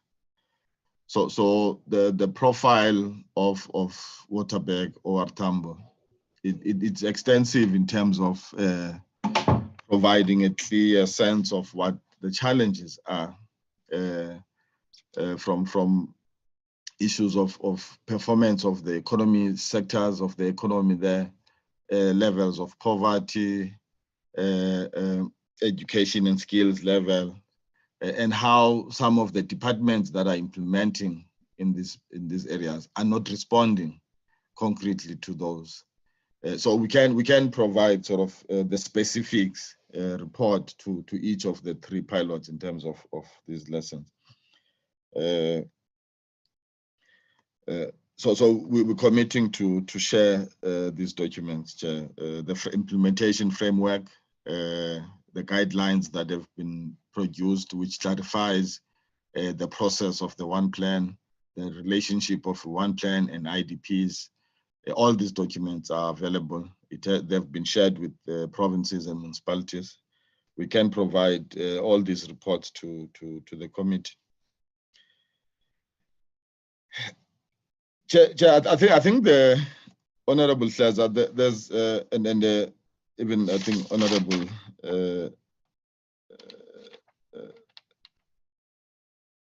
Kalipi and Honorable Mamkizi, we appreciate, I think, the impatience of the committee and then wanting to see results and impact.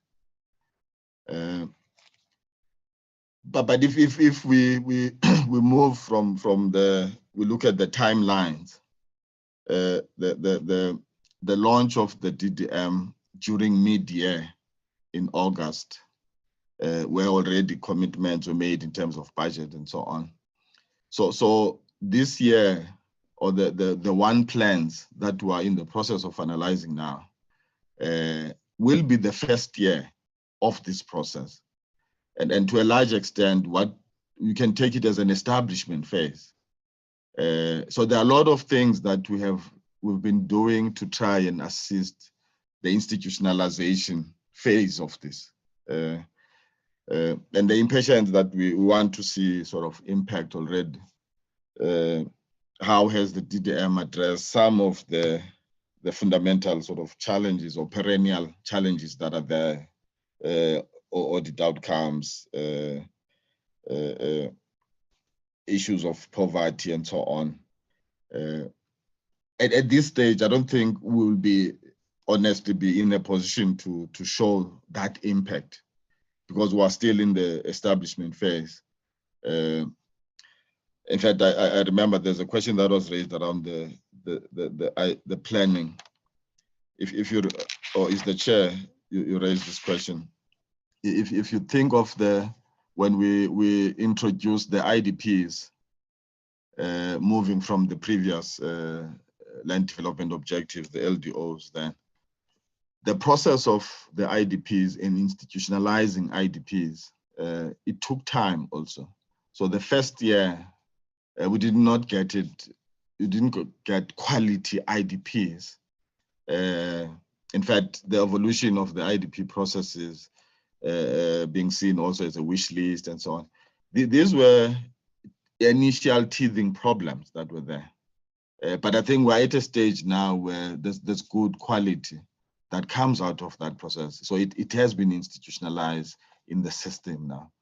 So we're in the first phase of this process. So at this stage, I don't think we'll be able to demonstrate what impact has DDM made in changing, for example, audit outcomes, addressing some of the underlying challenges of this overall system. But I take the questions as assisting us to actually strengthen the process of implementation and address some of the issues that honorable members are raising. So the challenges that are there are challenges that over time we've learned to understand exactly how they manifest themselves and what we need to do. And through the DDM, we should then be able to look at, for example, the issue that Honorable Keza raises about what actions are we going to take to address, for example, the issue of industrial development, how to address poverty. The approach that we're taking with the one plan, Chair, is that the one plan, you have data that says this is the poverty levels in these areas. These are the child-headed and women-headed household in this area. You know the skills level, the unemployment, youth, and the skills level. The approach is that government interventions and programs and budget must respond to that reality. So we must measure our budget, which is the point we're raising around spatial budgeting and spatial targeting of the interventions.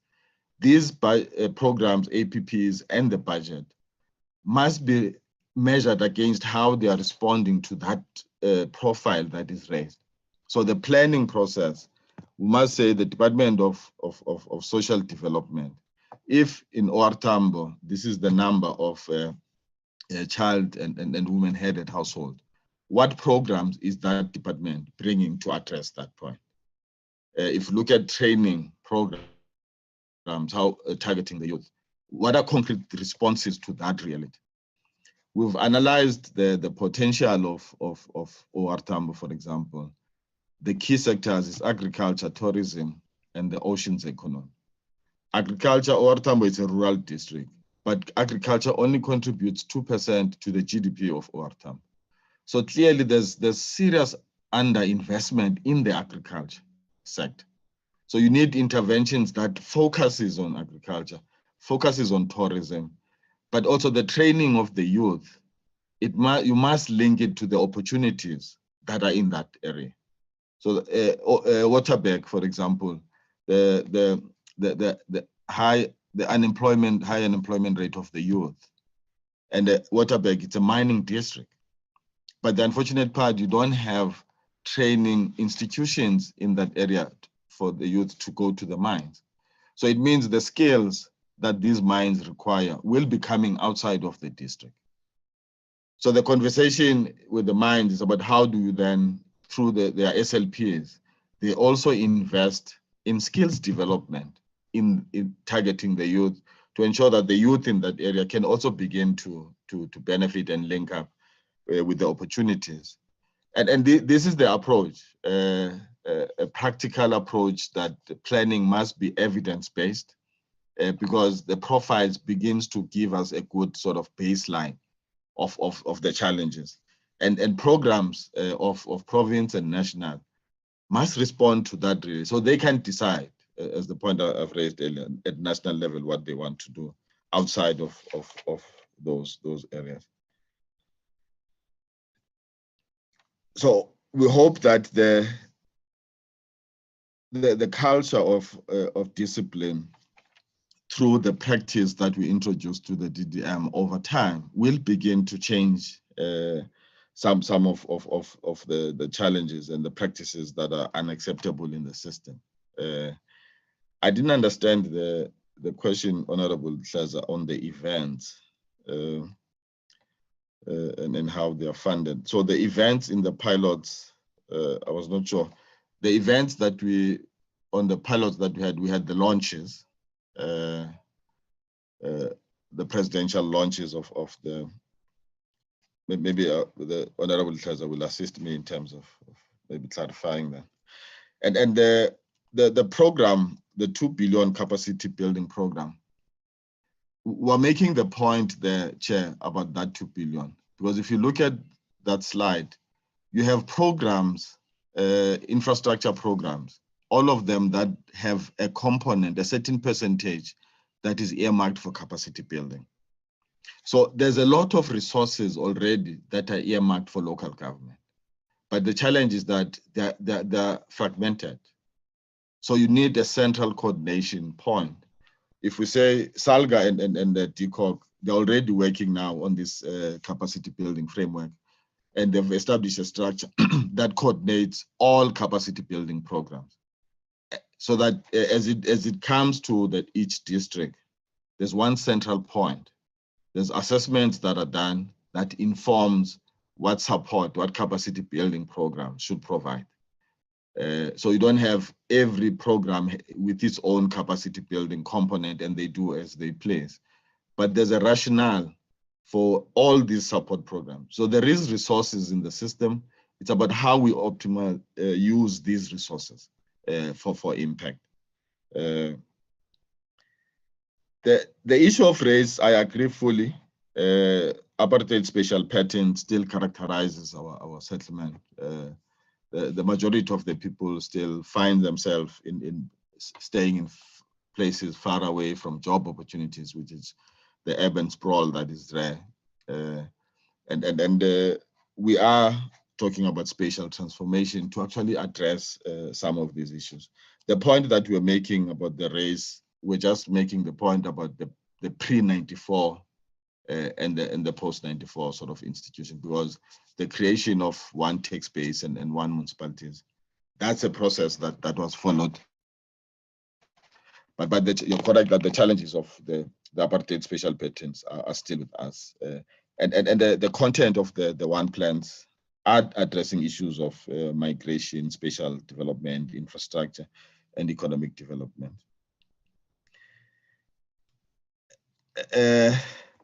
Honorable Mamkidze, the concrete examples on the evidence addressing the insolvency,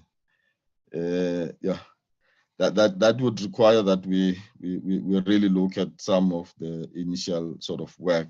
I don't have the sort of examples now, but the idea was that at that stage, so you created new municipal entities. So if you take, Joburg, creating one tech space in Joburg, it meant that you take your previous Black local authorities and put them together with the previously white sort of areas to create one tech space.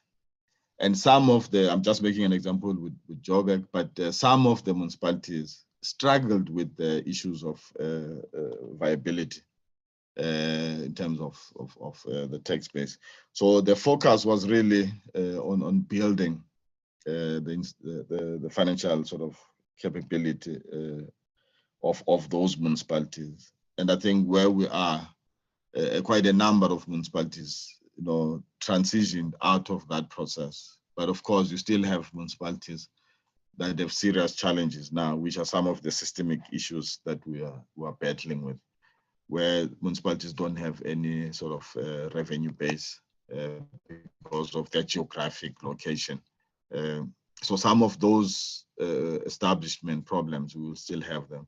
Even municipalities that were demarcated by MDB, some of the amalgamations that we made, you still have municipalities that are experiencing challenges with establishment issues. Provinces, inadequate capacity of provinces, it's uneven. There are provinces that have established capacity and structured themselves to support municipalities on the key sort of performance areas. But there are those municipalities that have serious challenges. So the DDM, it's also then looking at some of these challenges in terms of how we build even capacity of provinces to provide support, working with the COPTAs, provincial COPTAs and treasuries. How DDM addresses leadership challenges. Chair, unfortunately, we don't have our principals also in this session. So there are questions that Honorable Mkalipi raises, which are more political.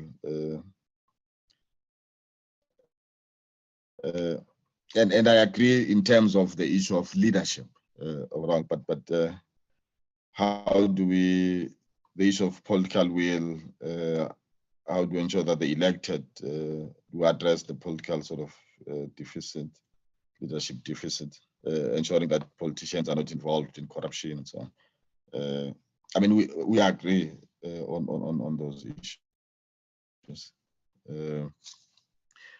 But I want to say that the B2B, I agree that it's still relevant, and we're not DDM is not replacing DDM.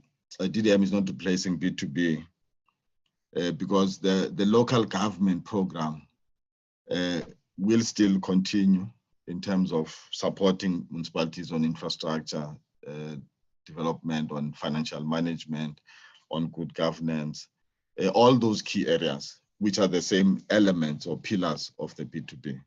So those would still find expression in the DDM. In fact, the DDM success is also dependent on functional municipalities. We won't achieve some of the objectives of DDM if we still have dysfunctional municipalities and so on, because that municipalities are the key instrument for driving and delivering on these areas. The challenges of coordination, the lessons from the 25-year review still confirms that our IGR system is still sort of characterized by the same challenges of silos, duplication and fragmentation, poor coordination across vertically and horizontal. So this is an issue that after 25 years, we've not really managed to address effectively. Even the NDP identifies it as one of the critical challenges.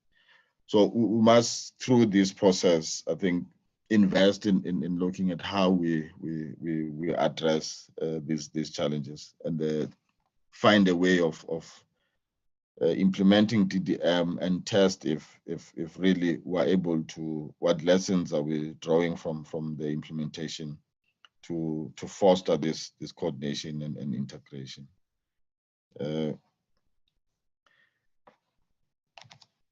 Chair, I think the issues that you've raised on strong ethical leadership, visible leadership, how the resilient local economies, addressing lack of accountability, how are these issues addressed in the DDM? As I've indicated, we in the planning processes, we will be addressing those issues. But on strong ethical leadership and visible leadership, these are issues that also require other interventions, which might be outside of the administration. There's an important point, Chair, that you're raising on the alignment of the planning cycles. So DDM is not introducing new changes to the current system. We recognize that the national and provincial cycles will start or end in March and start in April. And the process, we're looking at this opportunity between April and June as an opportunity now for these facilitated conversations between municipalities with provinces and national. And that's why we're emphasizing this principle of reprioritization, because in those engagement processes, we have even before been engaging with sector departments to recognize issues when in their planning processes, issues that are emerging from the profiles. But through those conversations, we hope that the outcome of those processes, the one plan that is finalized in July will be a reflection of the commitments that would already be expressed in the APPs, but also the budgets of municipalities finally will also find expression in the one plan in terms of what the different spheres will be doing. So the alignment of these planning cycles, it would recognize then that those budget commitments that are made will need to be informed by this, but also the conversations will assist in terms of finding at least each other on these areas. I mean, moving forward, we can then explore whether there's a need to address the issues of aligning, but we see these different planning cycles also providing an opportunity for these conversations. The time the national ones and province approve their budget and plans, and by the time the municipalities finalize theirs, there's a period that can be utilized for these conversations. Chair, the one plan, there is, in terms of the modalities, there is a guideline in terms of the content and how the process of developing the one plan is clearly provided for. And these are the documents that we will share with the committee, the implementation framework, the guidelines, which provides, we will actually also share the draft one plans, which are not final ones, but they are still drafts. We can share those and the lessons, the reports on the lessons from each of the pilot sites. What we have done, Chair, we have invested more in the pilot sites, the 3 pilot sites. And the approach is that we want to use these 3 pilots to really drill down and draw lessons that can assist us to strengthen the rollout to the other districts. But there is a process also that the other districts have also undertaken, which is more, we called it a simplified sort of one plan process, but that focuses on the economic intervention and identifying catalytic interventions that respond to the challenges of COVID, the impact of COVID in terms of jobs and infrastructure. So we've developed also a template and guidelines on that process. In fact, many of the provinces are actually busy with that process. So we hope that as a first phase, we can also see how that process can be improved. But at least we will have one plan even for the other districts. There are provinces where we still have challenges, but there are those that I know have advanced in terms of that process. So we'll look at the quality, do the analysis of all of these one plans and see where do we improve. So we look at these as the first generation of one plans. And the first generation of one plans, we accept that it might not be a perfect sort of good quality, but at least it's a beginning of a process. We might have teething problems there and there, but as we move on in the outer years, we will improve on these one plans and the processes that will be undertaking. And the issue of the enterprise development, Chair, it's a very important. In fact, one of the areas that the DBSA process that we're working with as an implementing agent. It's a local economic development framework, which is it's a practical approach to how we stimulate local economies. And then we want to focus on just doing assets, sort of assessment of the at a community level. What opportunities are there? What assets, community assets are there? What opportunities in terms of the value chains in that area? Where are the opportunities for the small businesses? How do you stimulate local economies, whether it's township economies, support to informal traders, dedicated support to informal traders, how you assist them to access the market and opportunities. So there's going to be a program, and we're working with the Department of Small Business and DTIC. They've got a program on district ecosystem facilitation model, which is aligned to the DDM, where they're trying to also do a similar thing of profiling all the informal traders, those that are registered and not registered, and assist them with those processes. But in a more structured way, they're able to have a sort of a sense of where what challenges the informal traders and opportunities are there. They've got the financing instruments as CEDA and so on, and they can provide that dedicated support. All of what I'm saying will be expressed in the one plans, Chair. Will be expressed in the one plans. We're working with them closely in the pilot site to engage them on this. We've been engaging with informal traders also. They are also organizing themselves. They have already structures in place, even in this pilot site. So we're engaging at that level, including big businesses that are operating in these spaces.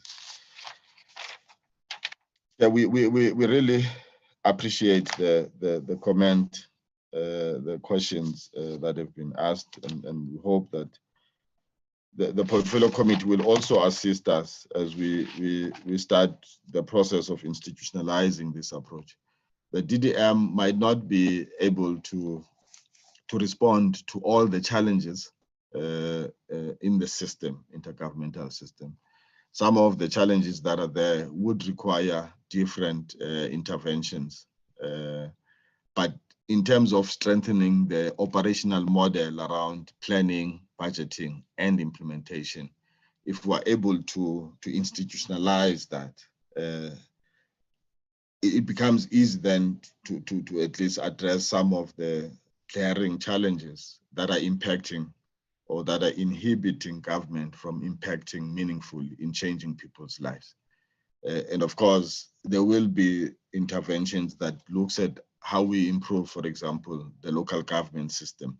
How do we address the structural issues there and the systemic issues, powers and functions, the funding model for local government, the proposal that we're making now on addressing the issues that Honorable Mkalipi was raising around aging infrastructure, budgeting for aging infrastructure, asset management. How do we address those? There are proposals already that we're making on addressing that. So all of the structural issues are not short-term issues, but we will need to look at how we address them as part of improving overall the system of local government. Issues of viability of municipalities, how we deal with that.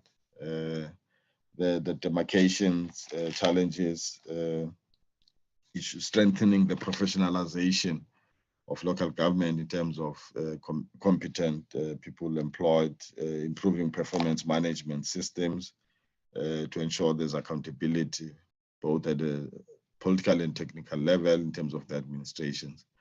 We'll have to also deal with the issues of continuity, Chair. Some of the solutions to the problems that are in the systems are not really administrative. We need to look at how then those other processes enable us to deal with those issues. If there's more coalitions that will be coming in after these elections, it means we need to find ways of how we deal with that. because of the impact also that they have on the functionality of and stability at local level. So there are quite a number of areas that we need to look at, but not all of these will be resolved by the DDM. DDM will have its place in terms of strengthening coordination and integration as it relates to the critical areas around planning, budgeting, and implementation. And hopefully, as that is institutionalized, we're able then to improve accountability on certain areas. But these other issues I'm raising will require other processes also, or including strengthening legislation and so on to deal with them. Chair, my colleagues are here. I'm not sure if they also want to add, but I've tried to cover many of the questions. Thank you very much.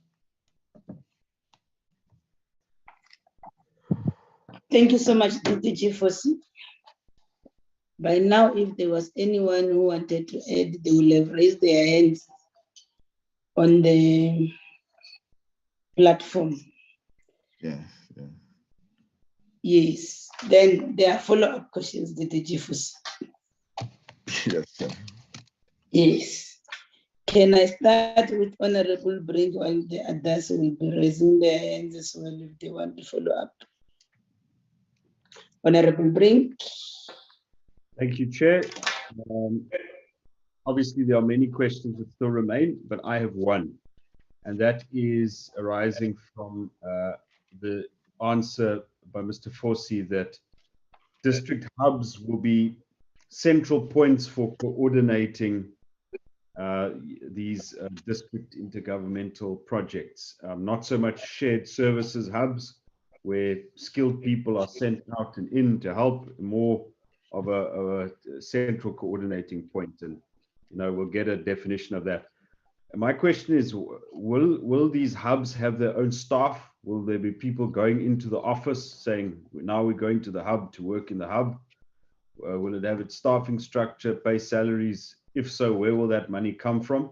Or will this hub be more of a conceptual idea where people drop in and drop out, but they don't necessarily work at the hub? There's no staffing structure or budget or so on.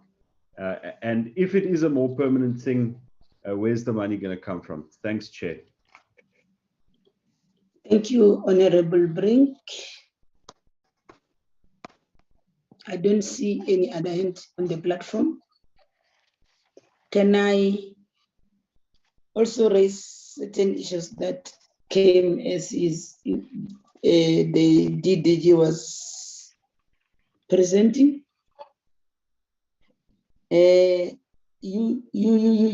DDG, you might think that the committee is impatient, and that's what you're saying you think we are. But the reality is that we want programs that work. We want to see programs that will have a meaningful impact on the lives of our people. And that's the issue that one wants to put straight. And then we've been raising these issues with your good self throughout.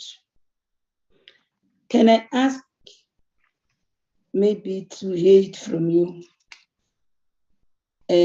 What are the plans that are in place to adopt a holistic approach to ensure that this district development model is successful? And there's the other critical role players that I think we are not utilizing them to our maximum benefits is the social services professionals. Does the department see a role for social service professional within the whole value chain of the district development model?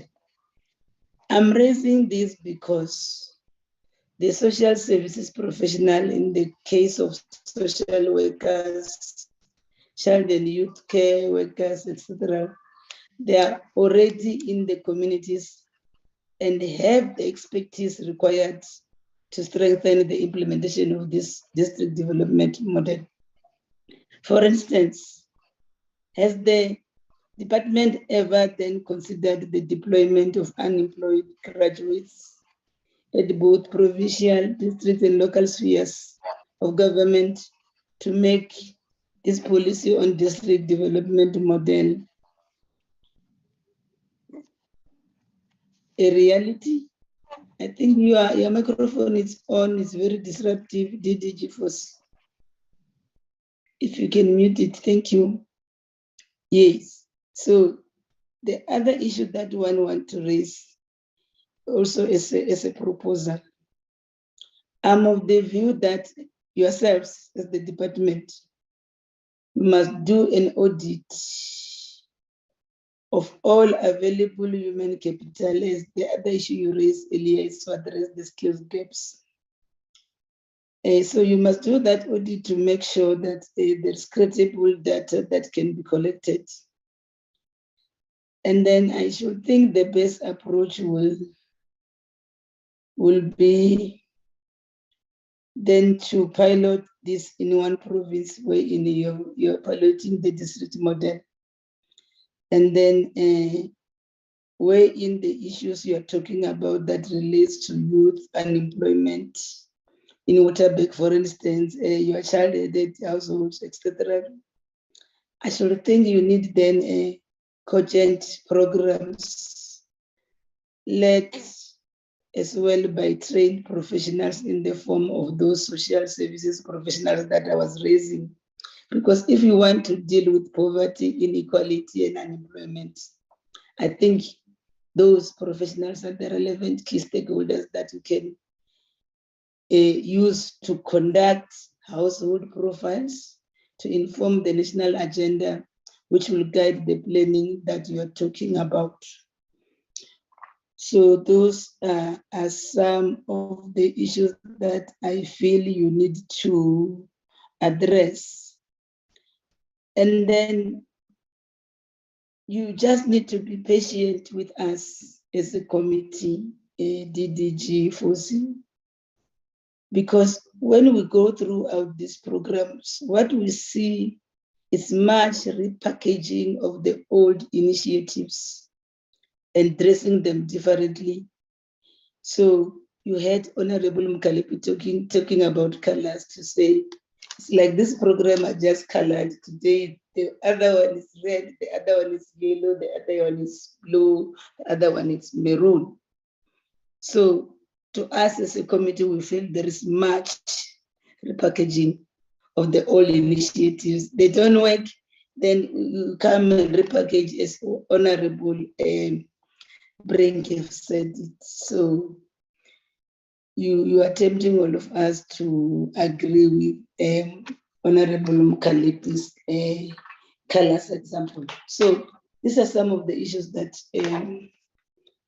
we need to address. Honorable Hadebe, are you covered?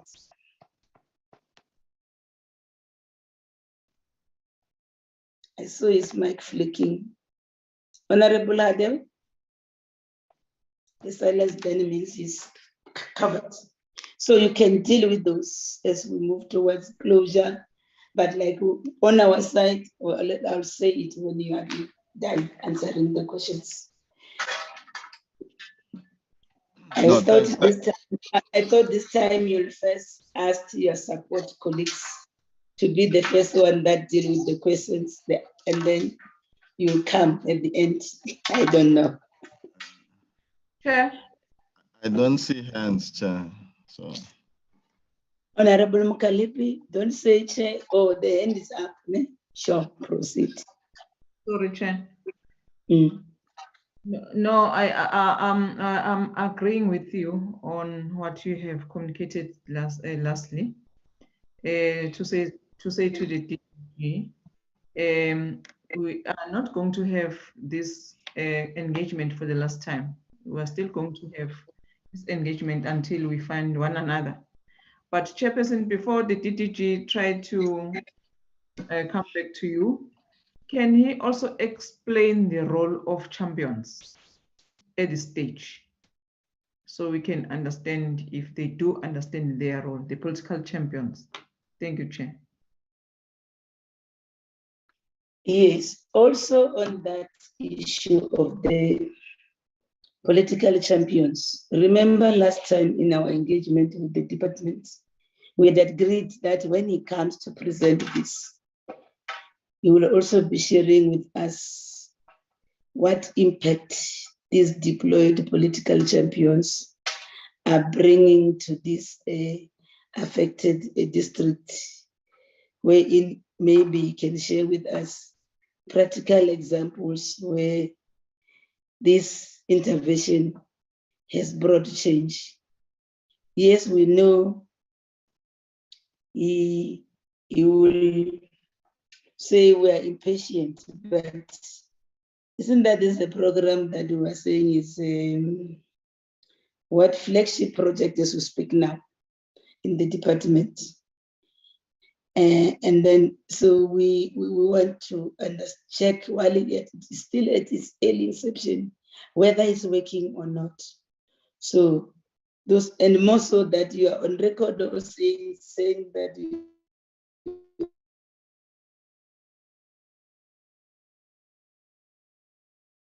deployed so much resources, type of oversight we are doing the DGFOS, in line with what you said, your commitments to this project. And we know some of the problems, but you can respond. I think when they delegated you here, even the questions are political. They knew, after all, you're the technocrat that advises these politicians from where I'm seated. You have the answers. But those that are seriously political of nature, like I said, I thought I was going to set it at the end. Honorable Mukalepe quickly grabbed it. Is that as and when we continue to engage on those issues that refers to the minister, when we meet in the next session, because we should do it every quarterly, colleagues, what we're doing, so that we monitor. Otherwise, we'll lose track. And it will be like the other programs that now we are seeing them being repackaged again. So those are the issues that we'll note. The Secretariat will assist us to say these are the questions for the minister. But yes, the G4C, you can proceed. Thanks, Chairperson. My hand is up, Chair, sorry. And Oh, I was just waiting. I didn't want to disturb you while you were speaking. Proceed, Honorable Keza. No, I wanted to speak on the undertaking that the committee is a bit impatient. I don't think that we mean to be like that. It is the nature of society, how it was structured before and how it is still structured now. That makes for just us as public representatives and the kind of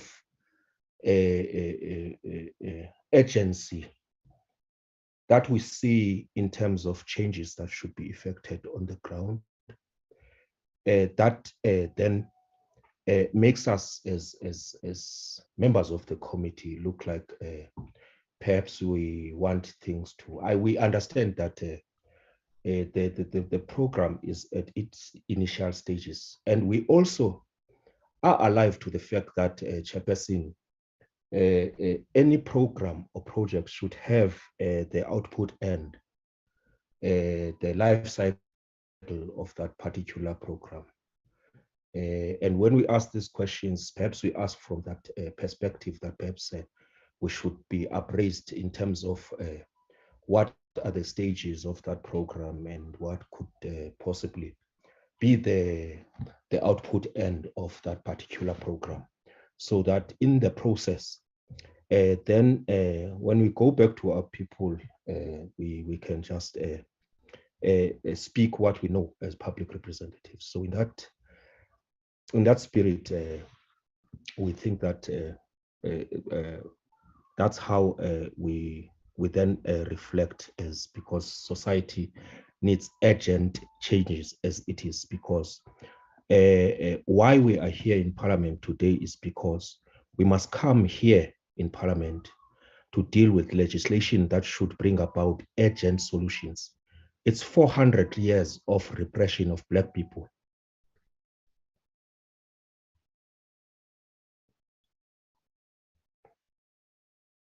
Okay, are you done? I'm done. Thank you so much. Thank you so much. Over to you, DG Fosi. Okay. Oh, thanks, Chair. Honorable Brink, on the issue of the hubs. The hubs, they do so in the pilots. We have staff, the hub manager, and we have experts that are working with the hub manager on infrastructure, for example. There are engineers on the infrastructure, someone dealing with planning, also someone on finance, financial management, and one on M&E. These experts are the ones that are assisting in terms of the role around the coordination. So they are also provided for in the 50 million in the 3 hubs, 50 million that we referred to earlier. But I just want to maybe elaborate also on the role of this hub, to also try and respond to the other issues that Chair you raised. So the hub, when we say the hub is the central point of coordination, part of their responsibility is to have information of all the sectors that have a footprint in that district, including other stakeholders outside of government. So if I mean, the point that you're raising on the how do we utilize the issue of the social services professionals, part of the hub role is to understand what exists in that district on the different areas. If it's on infrastructure, which are sectors that are providing support or have engineers or have capacity that they are providing on infrastructure. On social development, which national or provincial programs are in that district and what are they doing? So that we were able to know what is government doing in that district. And all of this work needs to be coordinated in the hub. So there's a very important point that the hubs are a role that they're playing in terms of also having their own baseline information about understanding that district and what all the different role players, business and so on, that they're doing, and all the different stakeholders that we're mobilizing also to work in the hubs. We've signed an MOU with the UN, for example. Next week, we'll be launching that in OR Tambo. They're going to do work, support us on unlocking value chains to support small businesses in OR Tambo. They're doing work on Tusong and Tutuzela centers to address issues of GBV and femicide in that area. So this work will be coordinated through the work of the hub to the specific district and its locals. But this, as I've said earlier, we're investing more in the pilots because these are the centers that we're going to draw lessons from. So as it relates to the other hubs, we won't have the resources to invest in the same way. But what we're trying to look at is to have at least a hub manager, have a central person who can then work with the various COPTA officials in the coordination. Because you have departments that have regional offices, provinces, departments also that have regional or district offices. So all of these must be coordinated at one central point. Coordinated at a central point as it relates to the implementation of the program. But we're not saying all of these departments must be under one roof in the hub. But we're just saying all these departments that have a footprint in the district, in terms of the work that they're doing of supporting the municipalities, all of that work must be coordinated at a central point, and that central point becomes the hub. So we won't have the resources to to invest and appoint all of these people in the same sort of level across, but we will have a dedicated person, a hub manager that is working with all these different sectors in that space, because there is capacity from the different sectors in that space. The social services professionals that the chair was referring to, and many other sectors that have people that are in the district. All of these people must be coordinated at that level. So the budget for as the president announced in the State of the Nation, we look at the municipal support systems improvement grant as a way of supporting also this process. But we won't be investing in the same extent as the pilot. Deliberately with the pilot, we've put more capacity there so that we can get more lessons from that. Chair, I agree fully with the points that you've raised, and thanks for actually also the advice that you're providing. Because I think the audit that you're raising, it's a critical audit, which must then inform the kind of this cogent program you're referring to. That we build on particularly in understanding how we deal with challenges at a household level, getting credible data at that level. You see, the profiles that we've developed, it's largely based on data from StatsSA and other research agencies. But I think if we then work with those professionals also that are generating data at the household level, it will continuously improve our credibility of data in understanding the challenges at the local level.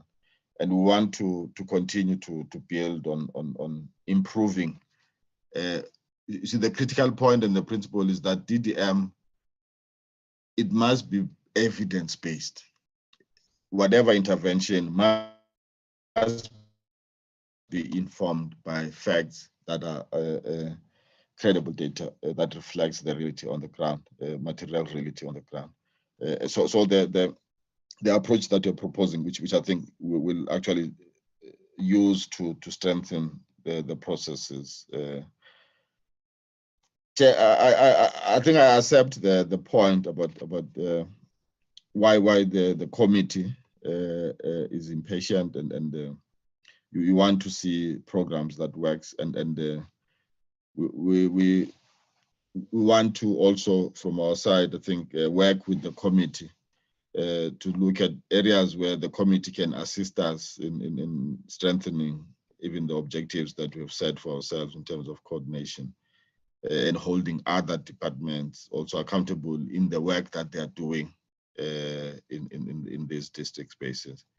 So that as we provide these guidelines, regulations, we can also, as part of changing the culture and the discipline in how government works, also the role of parliament, oversight committees in holding the departments to what has been agreed to.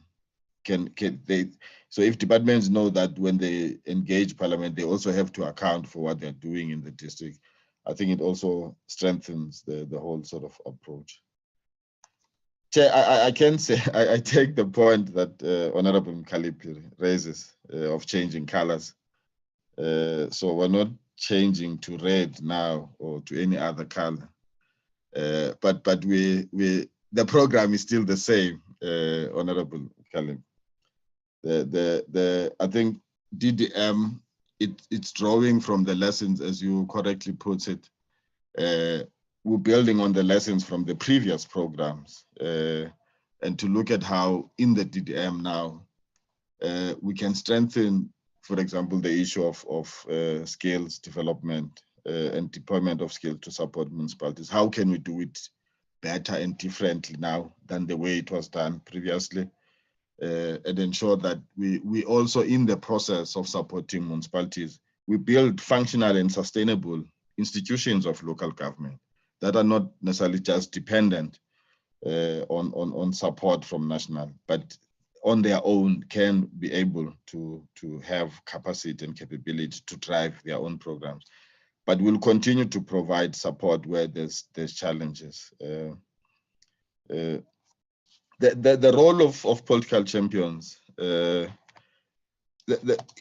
champions, Chair, were introduced during the as DDM champions when we're also dealing with the initial sort of phases of the pandemic. So one of their first sort of responsibility was to assess to what extent are the programs that were announced by the president, the stimulus packages and the COVID response plans that were announced, to what extent are these programs being sort of implemented in the district? Of course, working with the provinces and the district command councils. And the second important role is to look at the DDM processes. So the whole development of the one plans and assisting in unlocking some of the intergovernmental challenges that might be there. So if we take some of the practical sort of examples that one can share, Chair, if you take the eThekwini, the issue of the port in eThekwini, the municipality, it was sitting with that problem of congestion in the port. And through this process, the champions have been able to assist us in terms of bringing the departments like DPE, Transnet, and also on to be part of that process of finding a solution to the port. There's a lot of work now that has been done in addressing the congestion in the port, including crime and cleanliness in the area and other economic opportunities that comes out of unlocking that the issue of congestion in the port. The champions have been central in also driving unlocking those processes. But of course, as I've indicated in the last session we had, based on the reports that we've received, we've only had records of 38 visits that were done by champions. And this is a new area, Chair, that we're still also trying to improve on it, because not all champions interact with us when they go. So we only hear about some of these after the visit. But it's an area that we are improving in terms of ensuring that all the champions have dedicated people in their department. So officials that we can work with, which assist us to then prepare for the visits, but also the outcome of those visits. There's reports that are generated out of these visits, which assist us then to understand the work that the champions are doing. It's a new area which I think with time we're going to improve on. But we have the terms of reference that have been developed, which we can share with the committee, the reporting template that has also been developed to assist in this work. And I think I've covered to some extent the points that Honorable Shaza raises. We appreciate the urgency of responding to the challenges that our people are facing. In fact, in the one plan, what we've emphasized, Chair, that the one plan, it must practically respond to the current challenges. So we're dealing with the challenge of increasing levels of poverty because of COVID, increasing levels of unemployment. And with all the work that and the resources that have been made available to deal with this, it means the one plan must deal with the immediate issues. And we've emphasized this point.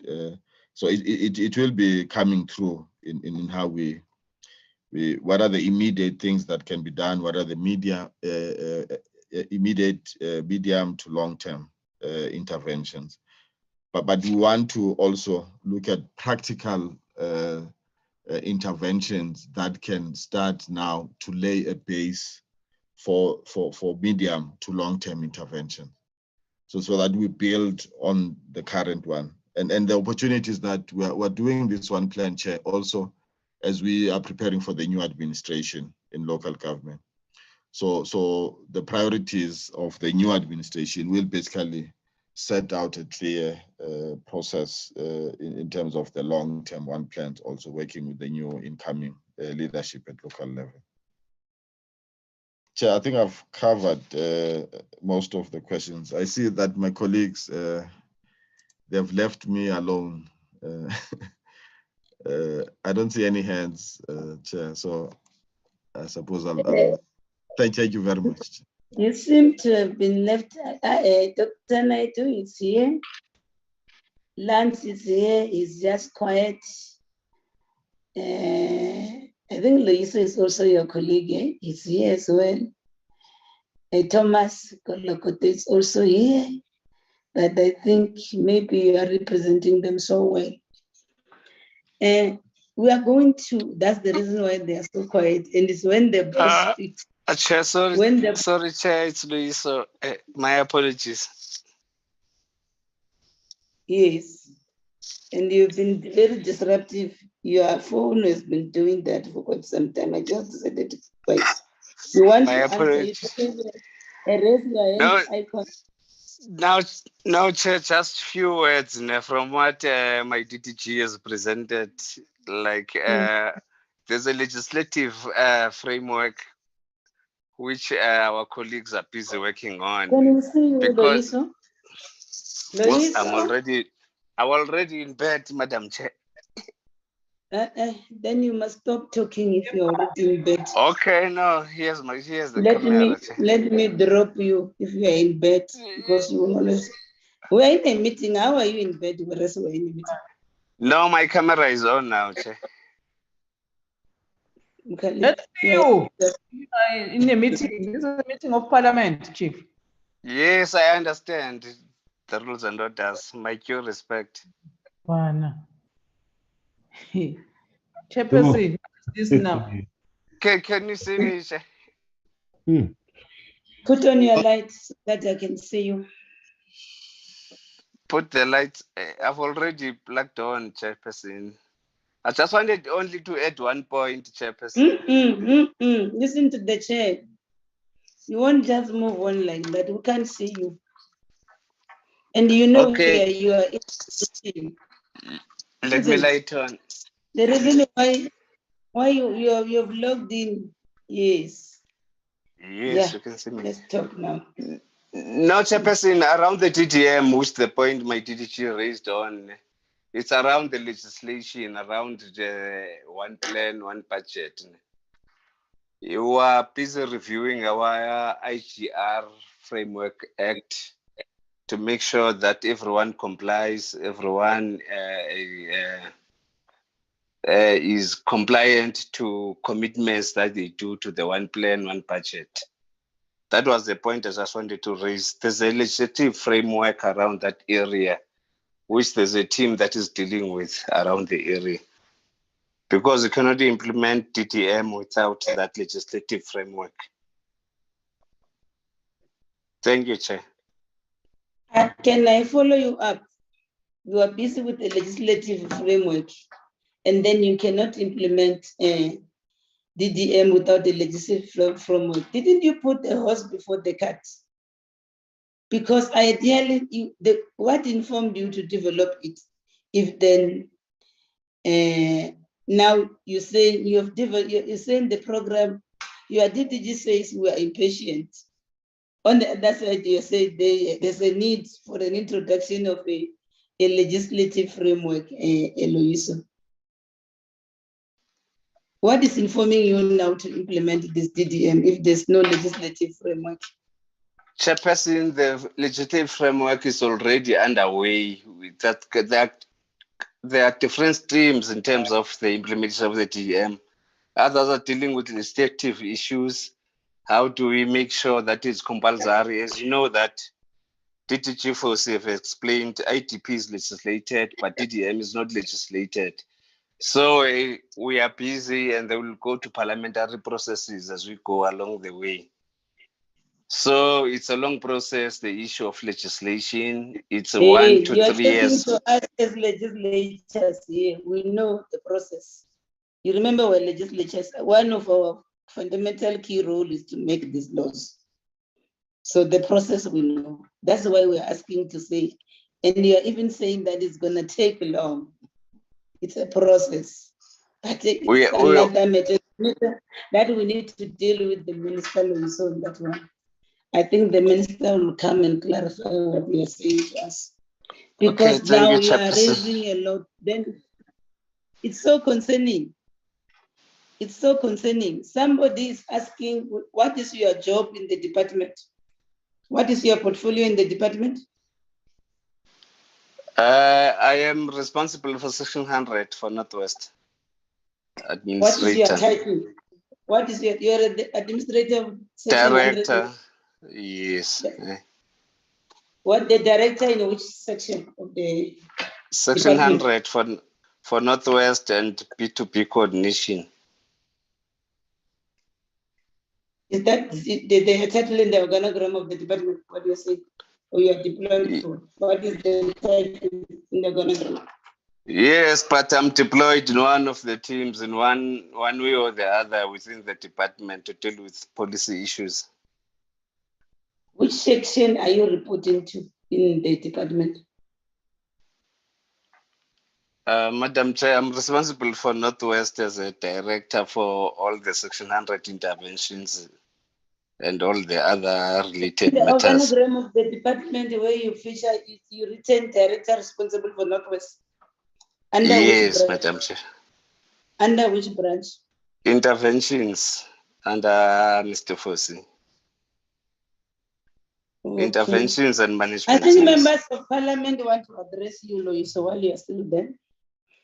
Can I allow Honorable Direko, they want to address you. Also, Honorable Direk Brink, they want to address you.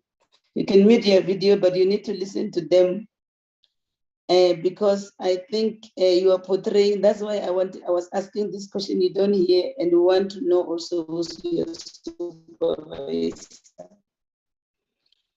Because to us, the way you are, maybe you've been sleeping, you should have continued to sleep as you do. Also, Honorable Parliament, there are some level of decorums that we expect yourself as officials when you appear before us must observe. Can I allow Honorable Direko? Chair, mine was a concern about officials who decide to sleep while we are working. It really paints a bad picture for the department. And I hope next time DDG Fossey, when he comes to the meeting, he will just take his people to induction so that they can understand the level of this meeting and what is also expected from them. It can't be that somebody tells us that he was sleeping. I mean, where does the person get the guts to say so in a meeting of parliament where we are expecting that particular person to account? How do you say that even in front of the DDG? Where is the level of respect? And it's even worse, he's the coordinator of Back to the Basics, as he's saying. Hence, we had challenges with that program because people are sleeping at work. Then we can't expect any fruitful engagement from them, even positive results. And it's even worse that he's also working on the intervention of Northwest, where the challenges are more than before they came into that province. This is so embarrassing and disrespectful, Chair. Thank you, Chair. Honorable Brink, you'll be followed by Honorable Kaliki. Chair, I can only share my colleagues' sentiments, and I think that we will all learn that you are a chair who takes her business quite seriously and not to be trifled with. I think that is an important point. The other thing I just want to note, Chairperson, substantively, and I don't want to refer to Loyiso. I just want to understand what Loyiso's surname is so that I can address him properly and not on a first name basis. Chairperson, he says that there is changes, possible amendments to the IGR Framework Act in process. That's quite interesting. I would have thought that Mr. Forsi would have led with that information. I asked specifically of the minister whether any legislative changes were in the pipeline. And this was about a year ago, and the answer was no. No. That the DDM would be implemented within the current legislative framework. So that's quite a surprise landed upon us at the later stage. So I would like from Mr. maybe some more information about what legislative changes are in the pipeline. Thank you, Chair. Honorable Kalipi. Chairperson, no, I want to agree with colleagues that no, we can't allow a person after a very peaceful meeting. We even said when we started the meeting that the aim of this meeting is to understand exactly what is the DDM. Usually in this committee, Chairperson, you are very robust, but we said no, let us just allow the department to do the presentation to continue with engagement. On the last minute, a person comes and undermines us here. Chairperson, time is 6 minutes to 11. We have started at 7 a.m. and we are very committed in this committee because we understand exactly what our people are going through in terms of service delivery. And it's painful if we have people like this official name of Loiso, who can just understand that he is in parliament. He is boldly telling members of parliament who are doing their job at this time that no, he wants to address us while he is sleeping. What kind of disrespect is that? And if we allow this thing, Chairperson, the next time a person is going to address us while he's sitting in the toilet, that's how we are taking for granted in this committee. We like to know DG Force how he's going to act on this member because we can't allow that in this committee. We are dealing with critical issues, especially he is proudly telling us that he is deployed in Northwest. Northwest is the worst municipality, is the worst province. And there is nothing that can be learned from Northwest at this juncture. And we are expecting the department to work 24-hour service, understanding that we are in this crisis and we need the department to lead in terms of resolving those issues. And then there is an official who come and undermine us here as if we are kids. We are not children here, Chairperson. We are not kids here. We are doing all our best as a committee to do our oversight in order for our people on the ground to have hope, because there's no hope in South Africa. Then a person who is getting paid by the taxpayers' money to come and address committee members, telling us proudly so that he is sleeping. We can't allow that. DG Force, please tell us what are you going to do about this person. We are not happy about his conduct. Thanks, Chair. Yeah. At times, I allow you committee members to speak because I will be accused of being harsh to people. But I think what we've experienced from this colleague, your colleague, DG Force, it's really uncalled for. It's uncalled for. And I think you will talk to it as you respond to DG Force.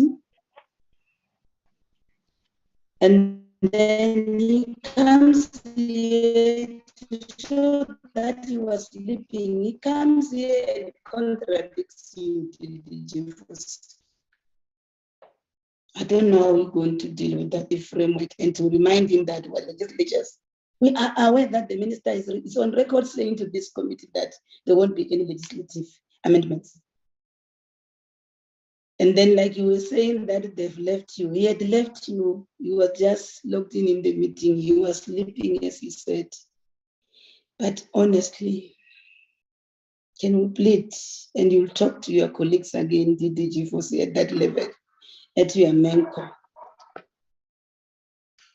this conduct of taking us as a by the way thing. We are not playing here. The reason why we are here, it's a holiday tomorrow. We are still seated with you here because we know there's work that has to be done. We've even applied to Parliament to sit during constituency work. Do you know that during the day we are working in our constituencies and in the evening we are working so that we make sure that this work gets processed so that as and when we are going to also to election next year, we'll have laid a foundation to the new coming councils. But you find somebody who just come here out of order, so disrespectful, and then we wouldn't allow him to get away with this. I think this is also going to also send a message to others because the attitude, if I had the proper word, if this attitude is honestly not great, I'll put the word, this attitude sucks. Don't have a better word to that, DDG Force. It's very annoying and very disturbing. And after what we have done, look at the time now. You see, 23 hours. It's so unfair. The committee is being abused here by one individual. Cannot allow this to happen. Not under our watch. Over to you, DDG Force.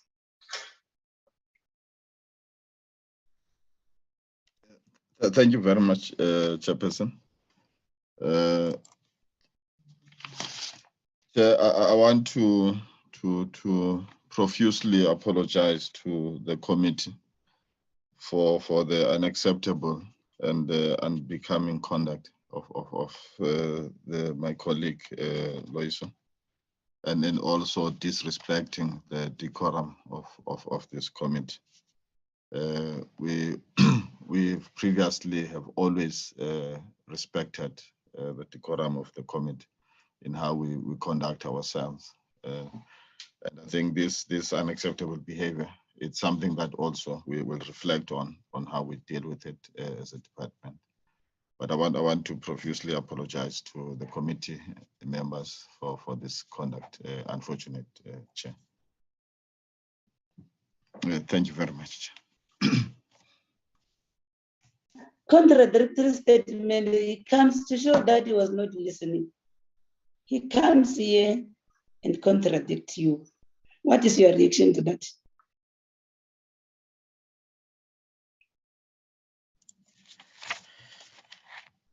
I think I have covered the responses to the important questions that have been raised by the committee members. The question of the reforms, legislative reforms, we're not at the stage of undertaking a comprehensive review of legislation, except the ones that are already before the committee. The Section 47 of the IGR Act regulation, it's something that we've declared upfront in terms of strengthening the DDM provision in the IGR Act. I just want to emphasize the point, Chair, that we really apologize for this incident. It's something that I don't think we expected it to unfold in this way. We really apologize for that. Can you give us the Loiso's surname as Honorable Brink is asked? It's a Loiso Ngoko. No. Ngoko. Okay. Fine. Colleagues, we just need to end on this sad note. It's a sad note, I must say that. But I can assure you, this is the matter we're going to follow up the DG and the minister, because we can't be taken for granted. I hope by the time our correspondence reaches the DG and the minister, you'll have done something. Honestly, it can't be that this unfortunate things that has happened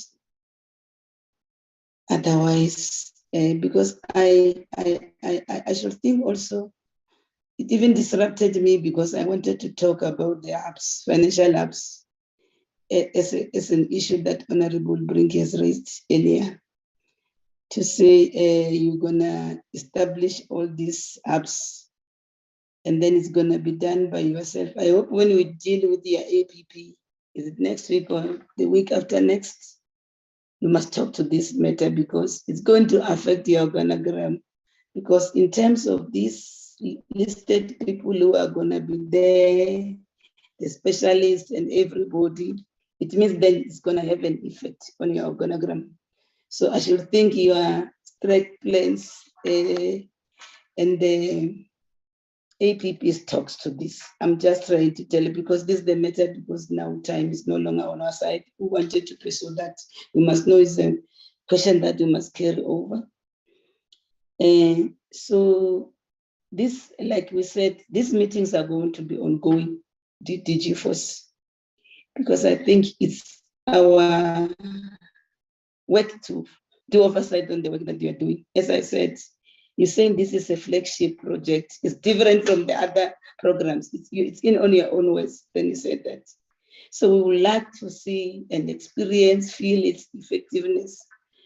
And we'll also go to those, in future, like we said, we're going to also call those districts to come and share with us their personal experiences now that government is saying is doing things differently. We would like to then have a feel. So that's why we're saying, when you now, and the issues that Loiso has raised again now, I don't want to open up the meeting because then it defeats all the good things that he was saying to us now.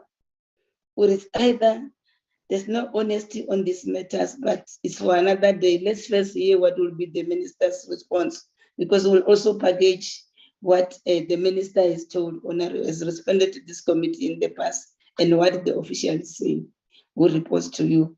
So those are some of the things that I should think we'll need a follow-up meeting. We'll need a follow-up meeting, and then on these matters, especially on the issues that he has raised himself as an official, the minister will have to come and respond, so that we need to understand between him and the minister who's telling the truth. You'll see the situation of these things, but it's for another day. We'll have to get that clarity. Let's end it here. We must thank you, DDG Fosi, and those officials that have mentioned their names, Bonkashe, Bunaidu, Lance, those that have been actively participating in this meeting to support you. I said it lightly to say because even relaxed, appreciative of you colleagues taking your time to be with us at this time of the night. So we must thank you, and then I should think SALGA owes us their view as well as organized local government on this presentation that they're doing. Don't you dare think, Lars, that you ran away from it. We'll still want to hear what is SALGA's view on all these programs. So let's end it here, colleagues. I just wish you all a peaceful and safe Easter weekend. We're reconvening, I suspect, on the 6th. You're coming back again, department. I think, let me quickly check it. I'll tell you when are we. We are reconvening next week on Tuesday. Yes, on Tuesday, we'll be engaging with the department on the state of readiness for the local government election together with the IEC. So yes, that's what we'll be doing on Tuesday. So I think, can you take this long weekend to rest, colleagues, so that then when we meet on the 6th, you will be fresh and the task ahead are still mammoth. We've seen how loaded is this program of ours until the 29th of April. Let me thank you for your commitment and dedication throughout. Maybe there's the reason why at times you are taken for granted. People think that you are playing some of them, and when it's officials, it's worse, because there are members of the public out there who value the work that you are doing. And I will personally continue to appreciate you for your commitment and dedication, including all our staff, support staff from Parliament. I've even seen the manager for committees, she was here as well. So we want to appreciate this undivided support as a committee to the colleagues from Parliament, the streamers and everybody. Want to thank you for you having taken your time to be with us until this time. Thank you, colleagues. Till we meet on Tuesday, take care, be safe. Thank you. Thanks, Chair. Likewise. Sure. Thank you very much, and also happy Easter. After all that. Thanks, Honorable Chair. Thank you, What were you saying, Keza? After all that? Keza? No, I was saying off the records. After all that. We are off record, of course. Yes. We're off After all now. that. After all that fruitful meeting and all that information that we gathered, and someone just decides, I'm going to defy this whole thing and say something to the contrary. And take us back to square zero. That's for control. Just for control, it's control. I feel like causing havoc. Yes, let me tell them I'm in bed, actually. But at least we won't allow the sleepies to destroy everything that you have built. I do not think that section 100 will be allowed.